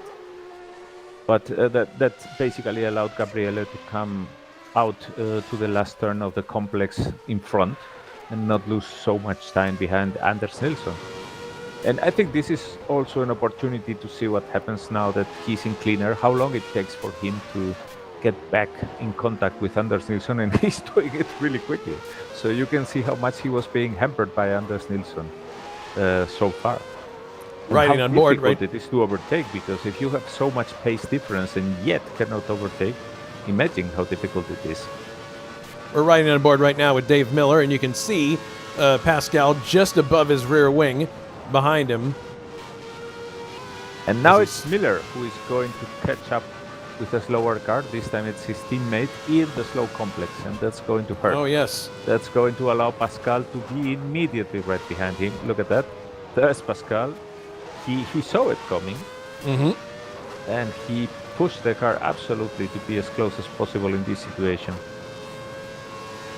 All right, so, well, he's still got a ways to go before he gets close to Chacon. Because even with the aid of the slipstream here, there's a series of turns that might make it a bit difficult. He might have a chance to overtake Chacon before. Oh, Chacon gets out of the way, very sporting, and he's going to let Pascal through as well. My goodness, look at how much closure there's been with Pascal. Pascal might have a shot here as they're coming up to Abbey. My goodness, coming through Abbey. And now into the complex section, very quickly through here. Lots of compression in the car. Now through the slowest section, but as Alberto has keenly pointed out, you can gain time through here if you're on the ball. Pascal looks up the inside, but he's in the wrong place for the next turn and has to go back in line. Good stuff. Dave Miller defending his position very well. Now heading into another lap here, starting lap number 29. So 30 laps to go in this British Grand Prix. Heading through Copse. This is a great battle here between two excellent drivers. They overtake Dave Saber. Okay, he moves away very sportingly. So that means there are 10 cars on the lead lap now. So the pace has been absolutely insane so far. Yeah, that's and now Mikola's right with them as they come. The first turn into this complex, and here we are in one of the possible overtaking sections, and Pascal is going for it. Oh, he looks up the inside. By Miller. He defended very well.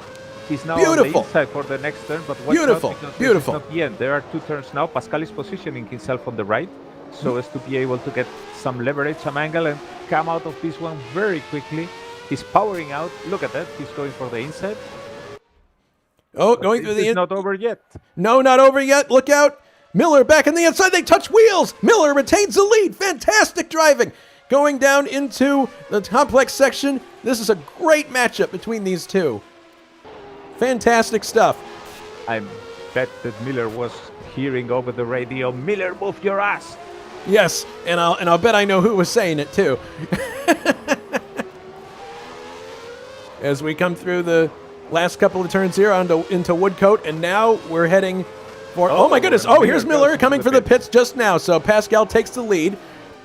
Here comes Dave Miller into the pits to make his stop on lap 30. So he's effectively split the race perfectly. Miller comes in. Other cars still are up goes the car. Out, as for example Anders Nilsson and Gabriele. But Gabriele has signed already to his crew that there is a pit stop wanted. Anders is now a bit stuck behind David Saber in this complex. That's going to hurt. And we'll see, because one of the things here is you need to time it perfectly, because you can say, okay, I'll stretch this one lap more because I'm going so quick, and then all of a sudden find yourself stuck behind another car. As I already told you, you can be stuck in several sections where you can very quickly lose a lot of time, and then it's going to ruin completely what you had planned. All right, so Pascal continuing on here, and you can see just in the distance there. Little Al also in the pits. Yep, Little Al making his pit stop. Wilkes is going from by 7th now. place. Ray Ridal is Mhm. doing the same. I mean, from the Lots of top cars 10, streaming by. I think only Miller and Little Al have actually stopped. Those are the only ones who have stopped so far, yes. Oh, Del Piccolo and Nilsson just got stuck big time behind David Sabrador in that complex. That's going to hurt. We will be seeing what happens now when they come out of the pit stops. And it looks like Del Piccolo's heading for the pits now. Yes, he is. Del Piccolo goes through the very... Pascal Mikula also. The leader is also now. And the leader is now Anders Nilsson. Oh, goodness! Pascal had to reverse into his stall. That's going to cost him serious time. A costly mistake by Pascal Mikula in the pit lane. That could be the difference that keeps Miller out in front when this cycle is finished. We'll see. Mikula exits the pits. There goes Miller by. Miller into second place. Nilsson now leads. So, speaking of the bad luck, Little Al came out of the pits. He did his pit stop and is absolutely stuck in the middle of big traffic. He is behind Adam Hackman in 9th and has around him 2, 3, 4 cars. So you gotta time it right, because if you don't, you're going to find yourself in big trouble. all right, so now the question is, when is Anders going to come into the pits? He has a 16-second lead on second place Dave Miller. Yeah, which is about the pit stop time. There's Dave Miller in second, Pascal Mikula in third, not too far behind him. Juha Boss in fourth. It's shining today in these races. I know he had a great preparation. He was looking forward to it. The McLaren is a car that is obviously very much suited to these kind of tracks, but he has Gabriele Del Piccolo already right behind him. So Juha better step on the gas pedal, because Gabriele is coming here with the intention of passing him. Then there's David Jackson. And here comes Nilsson into the pits. So our leader comes in. That's going to give the lead back to Dave Miller. More than likely. Oh my goodness! Nilsson's made a mistake. He ran over one of the sausage curbs. That's going to cost him some time, unfortunately. My goodness. Many people pitting now. All right, so Miller coming around now to retake the lead of the British Grand Prix. His teammate heads into the pits. Your leader is once again Dave Miller. Pascal Mikula goes up to second. Juha Boss will likely go up to third. Although here comes Anders out of the pits. Let's see what happens here. Yeah, here comes Boss and Del Piccolo side by side through cops just behind Nilsson as he exits the pit lane. Yeah, so this... watch out, because Nilsson is now on relatively cold tires. He is very lucky to be able to cause a bottleneck here in this section. Because otherwise, if this was a different track, he could very well have gotten past here. But So, this is not yet over. Gabriele is now looking at now. Nilsson is defending there on the inside. The power of that Ferrari engine is really saving him. Yeah, but Gabriel's got a golden opportunity here because he's got hot tires and Nilsson's are not quite up to temperature yet. They will very soon be. I know. Nilsson has in his favor the fact that they are entering now a set of very slow turns. And it's much easier to block here. But we'll see how they come out of this part. Oh my goodness, he's got a great toe. He looked. Oh goodness, I'm glad he didn't decide to make a move there because there was no room to. Heading into the complex now. Del Piccolo showing a lot of the form that he showed at the French Grand Prix. Yeah, but he should really keep a cool head and think in long term, because he's right now a championship contender. So it's understandable that he wants to pass Anders, because that's podium. I mean, it's the third spot and it's something that he wants, but the race is long, and probably after the previous stint where he wasn't able to pass him, he's not very confident of really being able to make it now. But I would say that for whatever reason, the tire combination that they both got after the pits is allowing him to follow Anders closer, and he seems to have more pace than him. So yeah, it seems like it so far, but we'll see. That 12-cylinder engine might make the difference. So once things get settled here, well, let's have a look and see where Mikula is in relation to Mr. Miller, and see if there's any kind of it's hard to tell right now, but we'll see if there's any kind of pace difference going on there. Mikula's going to be kicking himself for that mistake, overshooting his pit box. That must have cost him a good full second, I would think. Yeah, that could have been maybe even the lead, because the difference between him and Miller is not that big right now.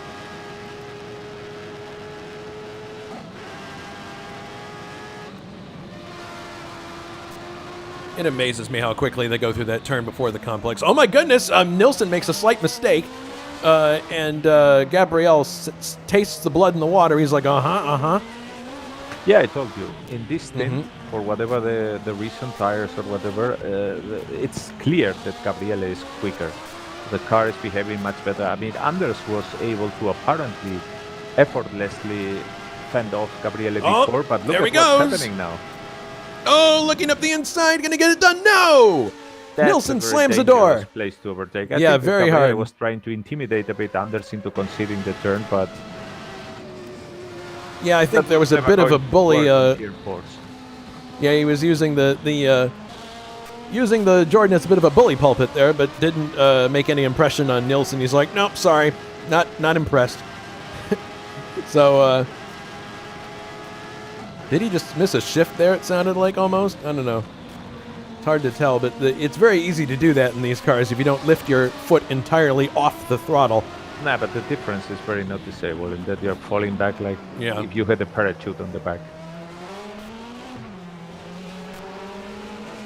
So there's Little Al now, right behind Ray Vidal after the pit stop, and he's trying to pass him. They are fighting for 8th position. Oh my goodness, yes. Little Al there going, looking for the cleaner at the entrance of this set of corners. And he's got 12 cylinders. Look at that, that's aero effects. And Ray was able to come out of this in a very good position, because this is the straight where the McLaren power would have been very decisive if Little Al had been able to get closer. Oh, Anders getting now stuck a bit behind Adam Hackman. That's going to hurt. Gabriele also picks now the slipstream and goes by. Yep. But still some distance.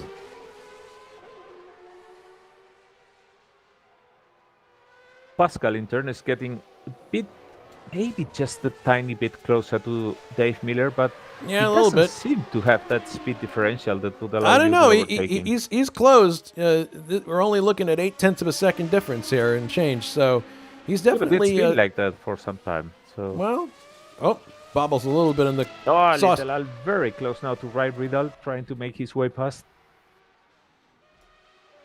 Both cars moving around a lot.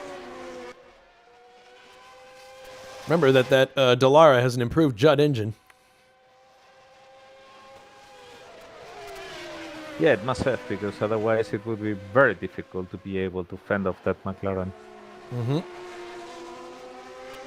Well, hopefully Little Al is patient, because if there's more attrition, he could be looking at a points finish here. He told me that his race pace was it was surprisingly way quicker. Oh, he's got a good roll here. He's got a good roll here. Ray takes a defensive line on the straight and keeps it like the good sport he is, but Little Al sweeps around the outside, takes the position. Nicely done. Nice one there. Ray did a good job there of setting up a defensive line and driving very sportingly, kept that line, did not weave, and made Little Al go to the outside, and he was able to use the horsepower then of the Honda to get around. That was a very good exchange. And in the meantime, back to the top. Mikula is already right behind Miller. Yep, here we go. And Del Piccolo already right behind Nilsson. So all right, so we're going to have to be hard to keep track on both fights. Well, we'll do our best. We'll do our best. I may not be Paul Page, but I will do my very best. Pascal Mikula is right with him now, looking up the inside. This could be a change for the lead. Pascal Mikula looking up the inside as they head towards Abbey. No. The acceleration of the Renault made the difference there, I believe. And watch out for the coming traffic that they are going to be lapping, because that's going to play a factor. Oh, Miller, Jesus Christ. That was so close to losing Very close. Battle Royale here in Britain. Coming through the next two corners. New model of Williams lawnmower. I'm betting he had some blades now in the underbody. Agricultural driving.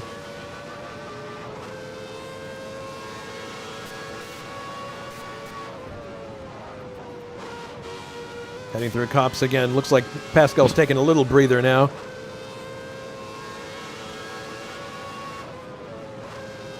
God, look at how quick these cars. These cars just dart and dodge like fish in water.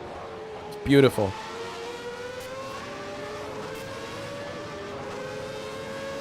I was going to tell you, Alberto, I came across a real video gem the other day, posted by Mr. Sulfur on YouTube.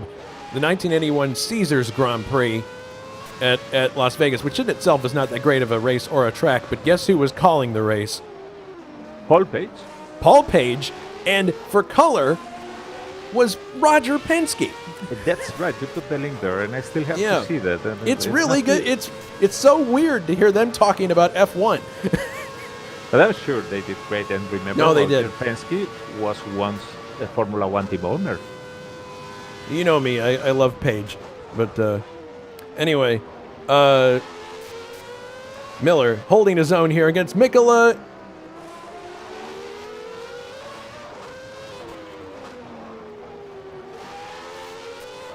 Pascal looking left and right for a way to pass.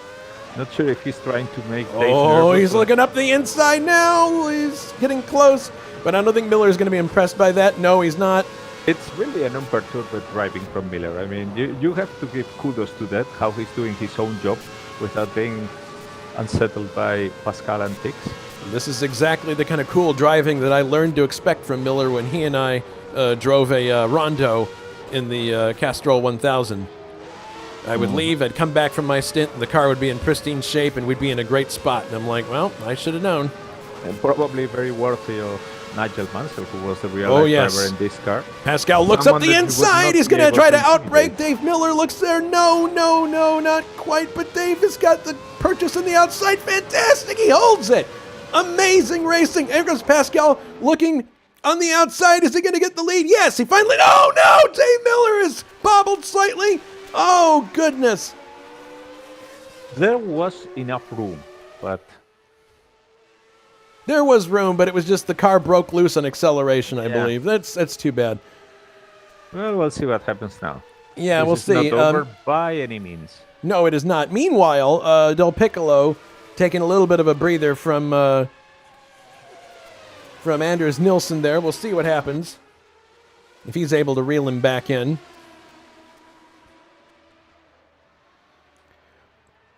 So we are on lap 38, about to go to 39, which means 20 laps to go this time by. Probably be a good idea to do the trivia question now before things get too crazy. Would you agree? Yeah, why not? All Go right. for it. All right, so the trivia question is, what circuit held the first British Grand Prix in 1926? Was it A, Aintree, B, Brooklands, or C, Crystal Palace?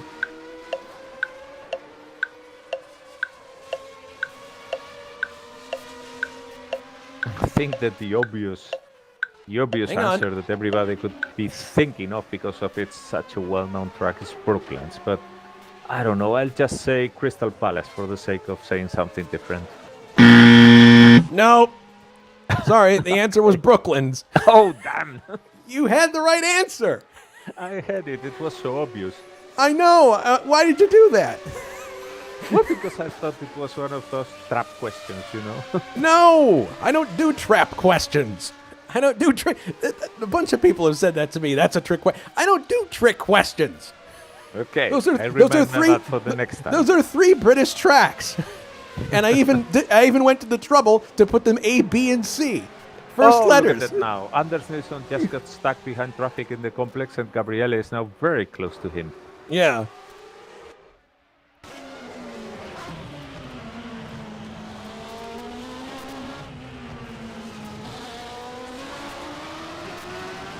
Someone's going into the pits now. That's Quick Kramer. I don't know if that's a scheduled pit stop or not. Probably, I would think. If you make an early stop, that really throws things off. So maybe that's what's going on. Chacon has retired from the race. We didn't see why, but he's dropping down the list quite rapidly now. That's too bad, because Chacon is famous for finishing races.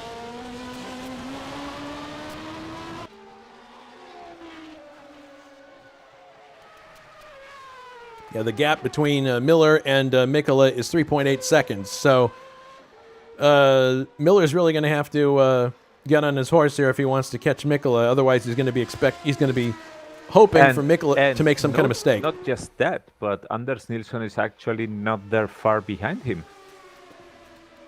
That's true. It won't be, but he has also got to worry about Del Piccolo. So it's going to be hard for Nilsson to look forward when he's got a car closing behind him. And yeah, we'll see. Jake says Nilsson is another driver that goes really Alberto over doing his own business. And Jakes is basically solidified in 5th place. I don't know. Maybe he can make a charge at the end, but this is another example of how good Jakes is at bouncing back from an early incident. He had another situation like this in an earlier race this year. I forget which one it was. It might have been Mexico. Yes. Yeah, where he had an incident early on and was able to bounce back from it. So this is further proof that he's good at doing that. I know a lot of people who would simply just compound that mistake with more mistakes because they're frustrated. And he doesn't. Now Mikula was really bottlenecked behind the slower car here. Oh, yeah, Jules Bouchard. Section. And Chapman was able to. No, Chapman was right behind, but Miller was, I think, able to close a bit. But the difference is still big. I mean, it's 3-point-something seconds, but it was 6 seconds before. So you can see how it's dropped now. It's dropped. If you get trapped in traffic, it's going to hurt you big time here. Well, according to the chart now, it's down to 4.8 seconds. So, yeah, that did cost Mikkola some time. But, I really wish that we knew. We're only going to know in post-race interviews, but I wish that we were able to know what compound these guys chose. Because you're right, they might have made a different choice than they did when they started the race. Who knows? Yeah, although... And I'm not giving away anything more, but next year we will actually be able to see it just by looking at the sidewall of the tires. Because, yes, that's the future in Automobilista, and for the Formula One mod that we are preparing for next year, that's something that you will be able to see. The lettering and the color of the lettering of the tires will tell you what compound he is using. And it will be visible. That's good to see. It'll make our job in the booth a lot easier. A lot less speculation.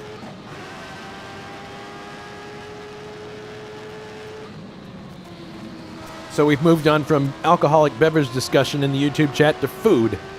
I guess this race just isn't exciting enough for these guys.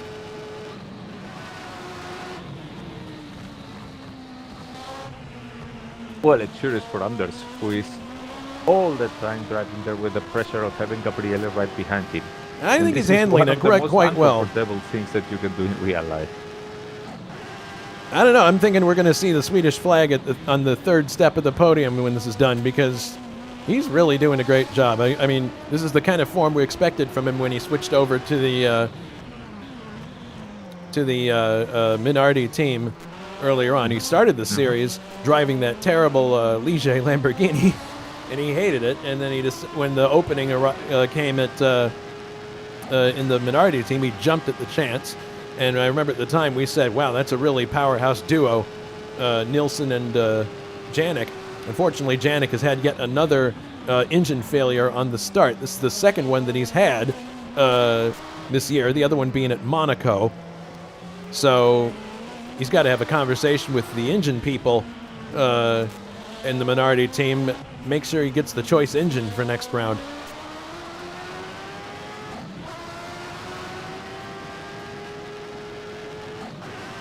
Yeah, it looks like Nilsson is really hanging in there. He's got an excellent consistency. That car looks about the same size every lap.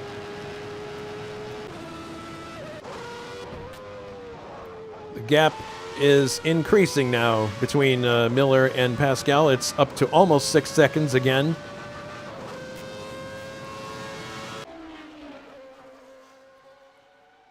So let's see, where is the closest battle on the track? The closest battle on the track probably is the one we're watching now between Del Piccolo and yes, and Nilsson. Everybody else is far too spread out at this point. Oh, what happened to Wilkes now? Look at that. Go for the replay. He oh my goodness! The curb big time. Well, he's back going again. He's okay. He's back going, but it was, I mean, his car was flying in one of the curbs. My goodness. Well, he's going to have to be really careful. I just hope he didn't get any damage from that. Let's take a let's take a look at his car here. I don't see anything deranged. He's got both wings. Looks like he's in good trim. Yeah, he's fine. He's coming through the Maggots, Beckett's, and Chapel section. The car looks just fine. So yeah, main thing is this allowed Little Al to get closer to him. He's It now, I did. think, 6 seconds behind. But Little Al told me that he was really happy with his car in the second part of the race. It was flying, so yeah, he's not quite within shouting distance right now, but definitely No, could no, no. possibly. The other battle that's, I don't know, you can call it a battle yet, is between David Saber and Tiago Canola. They're starting to get closer together. I think Tiago might be able to challenge for 10th before this race is over.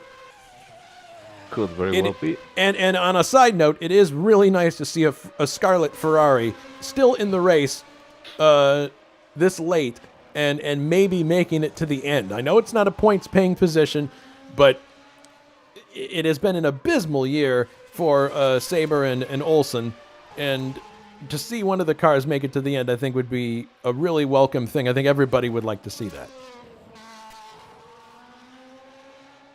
I really want to see Mike Olson finish one of these races because it would be really a triumph of determination, and we have already shown videos of him driving and all that, and it's already amazing enough to qualify well as he does and to race many laps here, and he's so enthusiastic about this. I mean, it's great to have him here. Mike, if you're watching the podcast, I mean, it doesn't matter if you finish the races or not. We're really delighted to have you here. It's great to have people with that kind of enthusiasm, always. The leader now is coming up to lap Ray Radal. This is going to mean that only... Yeah, there he goes by now. That's going to mean that only 8 cars are on the lead lap at this point. The pace has just been incredible from the start. This is most definitely... I mean, obviously Formula One is the top level of motorsport, but I would say at ISO, this is definitely the top level championship. Make no mistake, the people who are at the front now, these are the best of the best in this league. No question.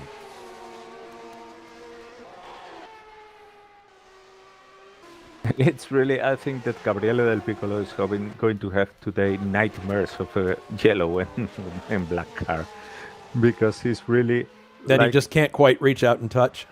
Yeah. This is really like one of those ancient Greek malditions. Damn me. You mean like Dante's Inferno? Yeah. Yeah. All right, so we're coming up now. Whoa, starting. And look at that. This is interesting. Juha Boss is being caught up by Richard Wilkes in a hurry. I don't know my what's goodness. happening to Juha Boss, but Wilkes is coming really strong from behind, and so is Little That's Al. interesting. So maybe something wrong with Juha's car. Oh my goodness, there's something wrong. Look at that. I mean, there's definitely something wrong with Juha's car. Something is going on here because he's way off the pace. Good catch. And this is an important situation because it's the last points-paying position as they come through. And it's one that Wilkes has been able to get in several races due to his perseverance and long-term thinking. Mm-hmm. Well, he looks like he's gathered it up now, but we'll see. You would think that his wings would be more efficient this week because he doesn't have Marlboro lettering on them. I don't know. But he seems to have recovered a bit now. Whatever the cause, let me have a look at his lap times. Mm-hmm. And we'll see what's been going on here. So yeah, I mean, something happened there, something big, some incident, an out-track excursion or whatever, because he did 15 seconds deficit in a single lap. He was doing 131s, and all of a sudden it was 146. So probably a spin or any kind of incident. He had there. some kind He's of a now spin. Back to 132s. Yeah, he had some kind of a spin, but it definitely gives Wilkes a carrot for the end of the race because he sees that 6th place right in front of him. And if he puts the pressure on, maybe something will happen. You never know. Yeah, the most fought for positions you always know are the first, the third, which is the last in the podium, and the 6th, which is the last in the points paying once. And Del Piccolo might have another shot here, although, I don't know. He's coming up on... it looks like, Nilsson's bottled up behind a lapped car, and this is causing Del Piccolo to close quickly here. It's... Oh goodness, that was close. I think Ray almost didn't see Del Piccolo. Yeah, probably, but the turn was coming and he had to somehow manage it.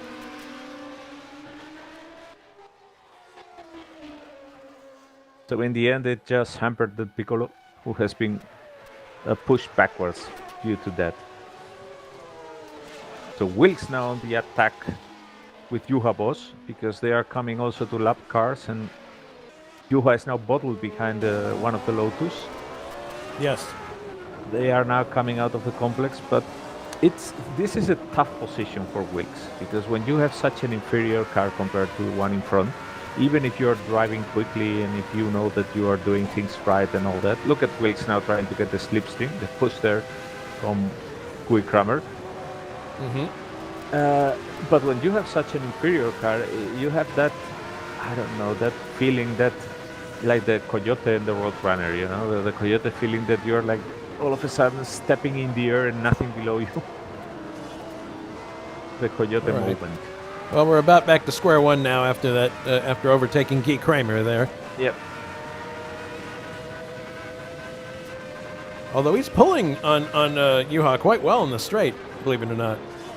Yeah, with the slipstream probably he can. Slipstream is doing pretty good. I mean, that's a V10 Ilmore that he has, so it's not a V8.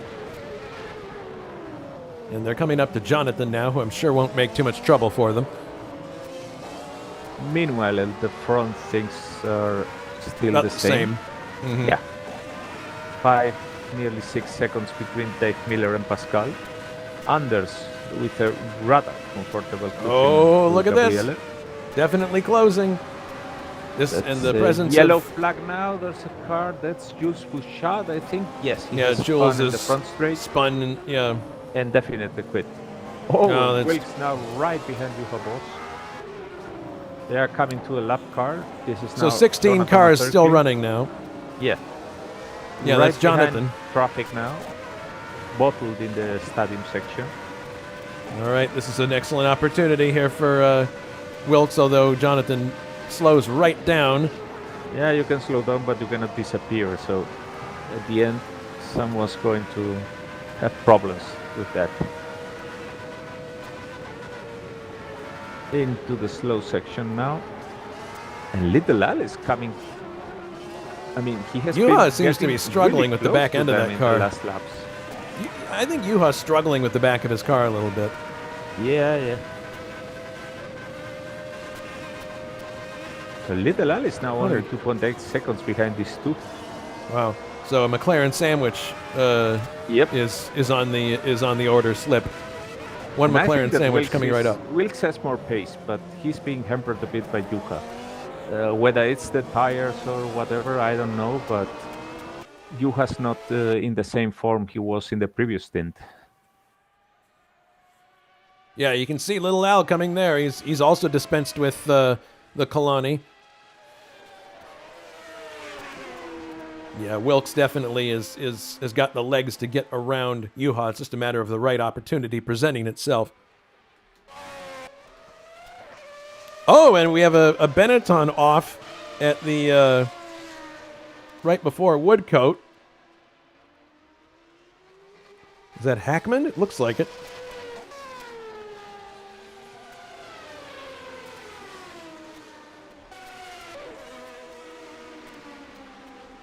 And the gap is still about 6 seconds or so between Miller and Mikkola. So it's basically solidified. That's what it's been for the last few laps. So unless there's some kind of huge calamity at the front, I don't know. Maybe you were right when you said it's going to be more germane for Miller to look behind him instead of ahead at this stage. Because, yeah, you can see that Anders has got him in his sights now.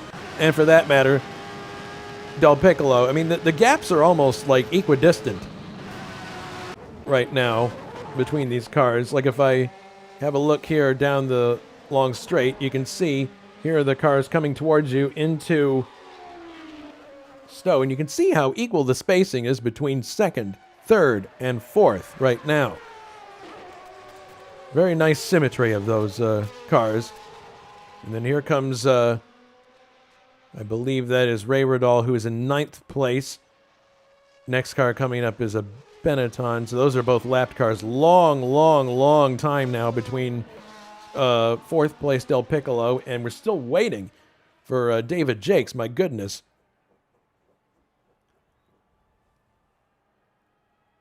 Goodness, the gap is forever. And I would say that Juha Boss has the more trouble probably in the slower sections. He probably Here comes has Jakes. tires issues at this point, because in the quicker ones, the McLaren aerodynamics and engine obviously comes into play.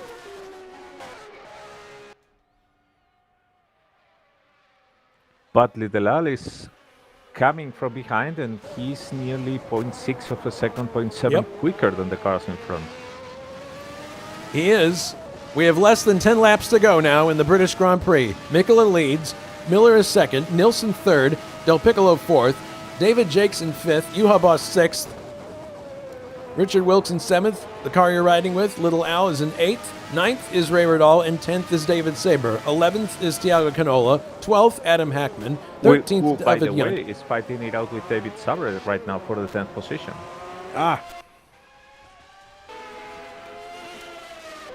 Nearly got him there before the last corner. Now in this quick section, the Ferrari power is putting some distance. Tiago is really close to David now. Yeah, he definitely has him in his sights now. Can keep track of this. Oh my goodness, a huge, oh goodness, oh no. There he goes.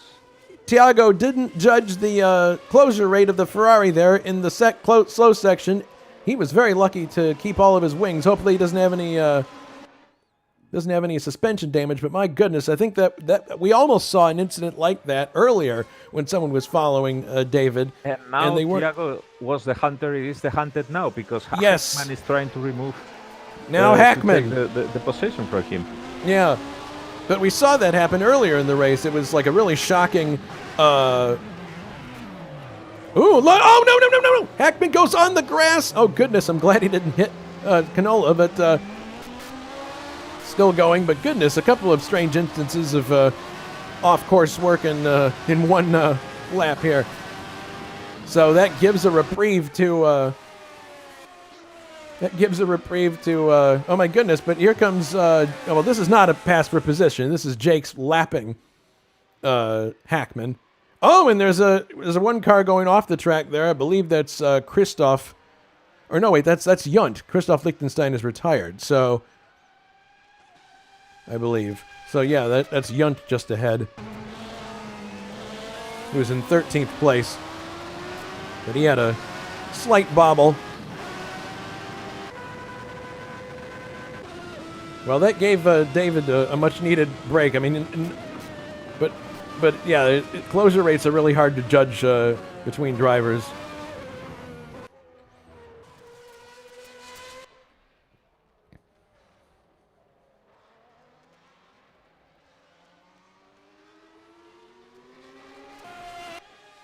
Anders Nilsson now in traffic, but Gabriele is so far behind now that there is no problem actually. Hang on for a moment, where is Gabriele? There He's he is. fourth. Fourth position, yeah, but that's a big gap now to Anders. Maybe there was some kind of driving error, or maybe he simply settled for the position he's occupying. I mean, you also have to know when to give up a fight, because Here's any the, error can be very costly here, and he's in a run for the championship and fourth. It's obviously not as good as third, but it's still a very good position, points paying. Here is the McLaren sandwich that we ordered. Order up. We have Juha, Wilkes, and Little Al running in reasonably close proximity. I would think that's at least Wilkes might get one more shot at our friend Juha. And there's another fight for position, although quite in the back, which is Jonatan, Acerclinth, and Guy Kramer. They are oh my goodness, there is, for the yeah. 14th, 15th position, but they there's are, Gabriele yeah. Del Piccolo right behind them. So it's not really the... Oh, Guy goes off the track, no! Well, I think he might have been trying to make room there for Del Piccolo and succeeded beyond his intent. So that will give I think we're cursing the drivers, Alberto, because every time we look at a battle, one of them has an incident. Yeah. So maybe we better just stick to the cars that are not in a contest.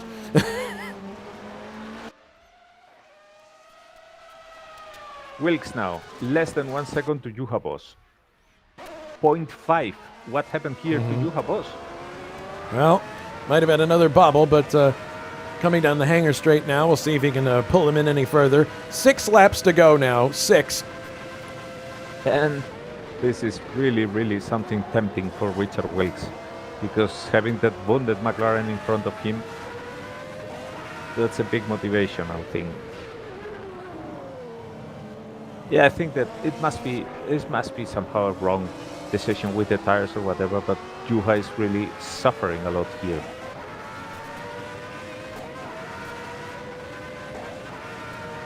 Not that this is going to benefit Wilkes a lot if he cannot overtake, because Little Al will then be coming very close. And when 3 cars are together in the last 4 or 5 laps, it's becoming a roulette. Basically, they're going to dice it.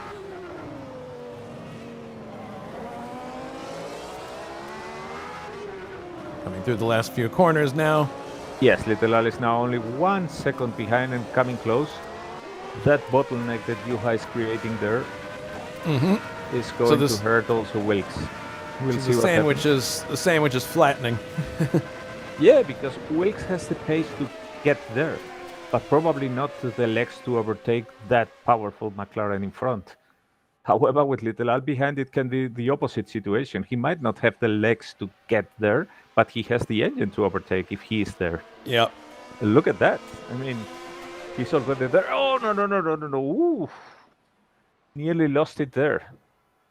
Got too anxious of catching up. Giving him a little look.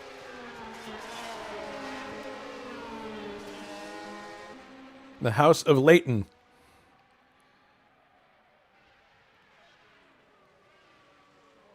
One wonders if Juha is having brake trouble at this late stage. It could also be, yes.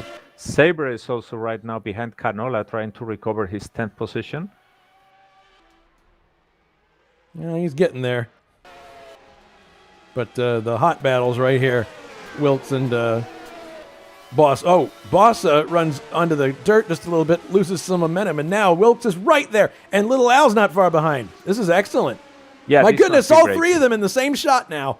These must be brakes, as you have said, yes. I was thinking tires, but that's probably not the case. And Little Al now, well, Wilkes should be very careful now, because if Little Al gets that close when coming out of Maggots Beckett's complex, it's going to be really, really tight for Wilkes in the long straight. Yeah, this is Wilkes is in a very uncomfortable position now. I mean, we've been talking about this the whole race. You better get your homework done. You better overtake the car in front that is hampering your pace, or you're going to basically Wilkes has run off the course. Wilkes has run off the course. Up to 8th place goes. Although, wait a minute. Let's see. No, Little Al's gone up to 7th place now. We got McLaren's in 7th and 6th now. My goodness, he just had a bit of it might have been washout going through Maggots, Beckett's, and Chapel, and the car just got light in the front and he ran over one of the curbs. That's all it took. And look at that, the leader is coming from behind. That's Pascal Mikula right behind Wilkes. Which is not going to be of any benefit to him if he has to let him by when he's absolutely in the fight. And now Little Al is also eyeing the position of Juha Boss. He wants to score points in this series. And even if that's his teammate and team principal to a certain extent, #1 driver, but he's not going to spare any efforts. Look at that. I mean, let's see if he doesn't suffer the same situation as Richard Wilkes here, of getting bottled behind Juha Boss and then suffering the fate of being overtaken by the car who comes from behind. As Pascal pulls out to put a lap on Richard Wilkes, so that means now only 7 cars are on the lead lap.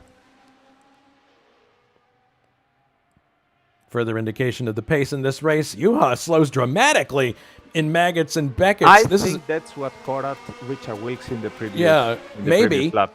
For whatever reason, Juha is having to brake a lot there, and that's surprising the people behind. So we have about 3.5 laps to go now in the race. And this is easily the hottest battle on the track right now.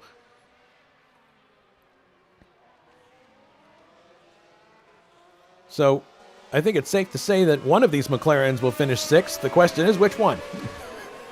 Yeah, we'll see. It's not over.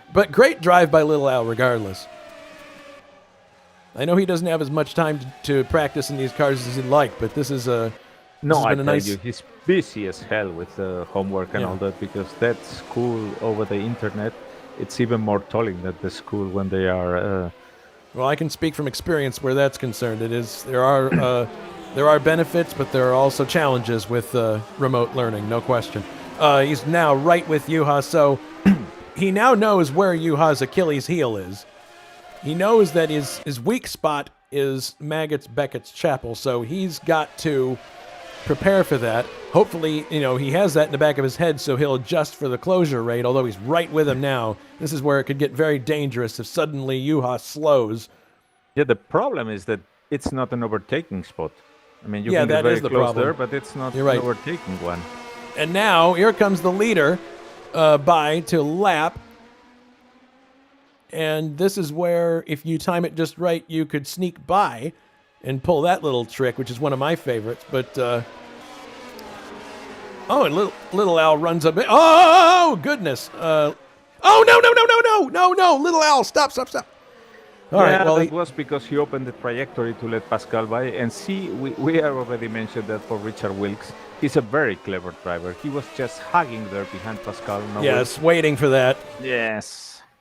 All right, so now we're back to where we were before, the McLaren sandwich. Although at this point we've got a fly in the sandwich here in the presence of Mikola. Well, not anymore. He's exited the sandwich now. So now Wilkes has got another shot at Juha. Oh my goodness! Wilkes runs off onto the grass there briefly, but doesn't lose. Juha was slowed down by Pascal cutting in front. Oh, I see. And Wilkes was surprised by that and had to veer off. But look at that, because second place, Dave Miller is also coming to lap this car. So it's not going to be a peaceful end of the race for any of these guys. No, it will not be. It's going to be a lap short because they just were lapped by the leader, remember? Yes, it's true. Yes, we are now on the final lap of the race. And Little Al and Richard Wilkes, there's absolutely all knives are out. And Juha Boss is there trying to defend that 6th position, but... My goodness. Oh, goodness, look at this! Oh, my goodness, no! Wilkes did not see that. Oh, contact! Wilkes loses his front wing, no! Oh, my goodness! See Juha Boss. I mean, he can't have seen him. Oh, my goodness, there's even more contact now with Nilsson as they try to get... I mean, it seems as if he's blind. Something's wrong here. He's not seeing the other cars. That's interesting. So poor Wilkes is now coming around with no front wing. And it looks as if Little Al's going to finish in 6th place after that altercation, but might be some discussion about that exchange later. You can see that Dave Miller is just behind here, but unfortunately, he would have loved to have won his first won the British Grand Prix, but it's not going to happen. Race over. Pascal Mikola wins the British Grand Prix for Braun Tyrrell Honda. A fantastic result. 2nd place, Dave Miller. 3rd, Anders Nilsson. Another great result. And Gabriel Del Piccolo comes home 4th. 5th for David Jakes. 6th in the last point paying position for Little Al. 7th. He must be over the moon with that, because yes, he was Wilkes, so much looking forward to scoring. I mean, it's probably not the best situation to do it. But anyway, Yeah. and that's a disappointed Richard Wilkes stopped in the track. 8th for Juha Boss, 9th for Ray Radal, 10th for Tiago Canola, so he didn't manage to get by. 11th, Adam Hackman. 12th, David Saber. So Ferrari finally finishes a Grand Prix. 13th for David Yunt. 14th for Jonatan Acerclinth. And 15th for Guy Kramer. Those were the only cars left running. The retirements were Mick Chapman, Jules Bouchard, Bruno Chacon, Mike Olson, K.O. McKeels, Tim Hilla, Grant Radal, Christoph Lichtenstein, Timo Vermeersch, and Bent Valdinger. Oh, yes, and 26th and last with the accident that happened, or not accident, engine blown on the start, unfortunately, was Brian Janik. So that was the British Grand Prix Round 8. We've reached the halfway point of the series. And taking a look at the points as they were before, this means that Pascal vaults into first place in the championship, I believe. With 10 points, he's going to have 36 now. And with the 6 points from this particular race, Dave Miller will have 31. So it's still a close championship, and Richard Coxon will not be out of striking distance, assuming he gets his computer back in time to compete for the next race. So still really interesting situation in the drivers' championship. So we're going to wait and see. Oh, we've got Jonathan in the green room. Jonathan, how was your race? A bit lonely to begin with, but last 10 or something, 15 laps maybe was a bit tense because Guy had headed into the pits for new tires while I was doing the race on a no-stop. And he got perilously close, but luckily there were one fewer laps than what I had anticipated. Yeah, we were remarking at how fast the pace was at the front of the field. It was like ridiculous. Was it easy to make room for people out there? At some spots it was easy. At some, easier. At other spots it was very difficult. Especially going into Cops, it was one of those situations where either you lose a hell of a lot of time by backing off early, because you need to go through that as fast as possible. Otherwise, you lose all the way down to Ice and Beckett's and Chapel as well. But on the other hand, you sort of wanted, but you didn't want people go either because you would lose the downforce in so many places as well. I had a couple of occasions where I very nearly understeered off because I didn't anticipate how much dirty air was coming up, especially behind the McLarens, were very, very difficult to stay behind. Yeah, we noticed that too as we were commentating. Like when cars got very close, it wasn't uncommon for a car to have a dirty air moment, especially through the Maggots, Beckett's, and Chapel section. How was tire wear during the race? The tire wear was okay. I had one spin though, which clearly didn't help my campaign, but the tires were getting there in terms of wear. Probably would have made it to the finish, but not more than 5 laps after that, I would probably have been completely out of tires and on the rims. All right, well, we don't have anybody in the green room right now, so we may be ending this this broadcast relatively quickly. But first, I want to talk to you about what's going up next here at ISO. Next Sunday, I believe Johnny Aces will be bringing you the Rex Mays Classic from Wisconsin State Fair Park, 1 mile oval, which ought to be a lot of close quarters action, Jonathan. Yeah, will certainly be a lot of stuff going on there, I'm sure, and some good action and maybe even a new winner. Maybe. And also coming up the week following that, I will be bringing you live coverage of the 1971 Rothmans Daily Express International Spring Trophy, which is the 4th round of the LVT Series 2020 edition. All right, well, that was a really exciting race and a lot to keep track of, so I really appreciate the efforts of my color commentator, Alberto. Thank you very much, sir. He's not here at the moment. Oh, he he went has down left. to have a chat. Okay. Well, also thank you to Jonatan for coming in and helping me with pre-race discussions. That was very helpful as well.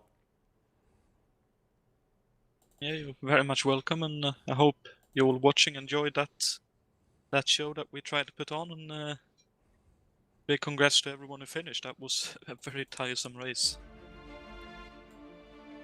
All right, well, we're going to close out the broadcast now, seeing as the green room is vacated. Thanks everybody for watching. This is Jason White saying so long from Silverstone in England.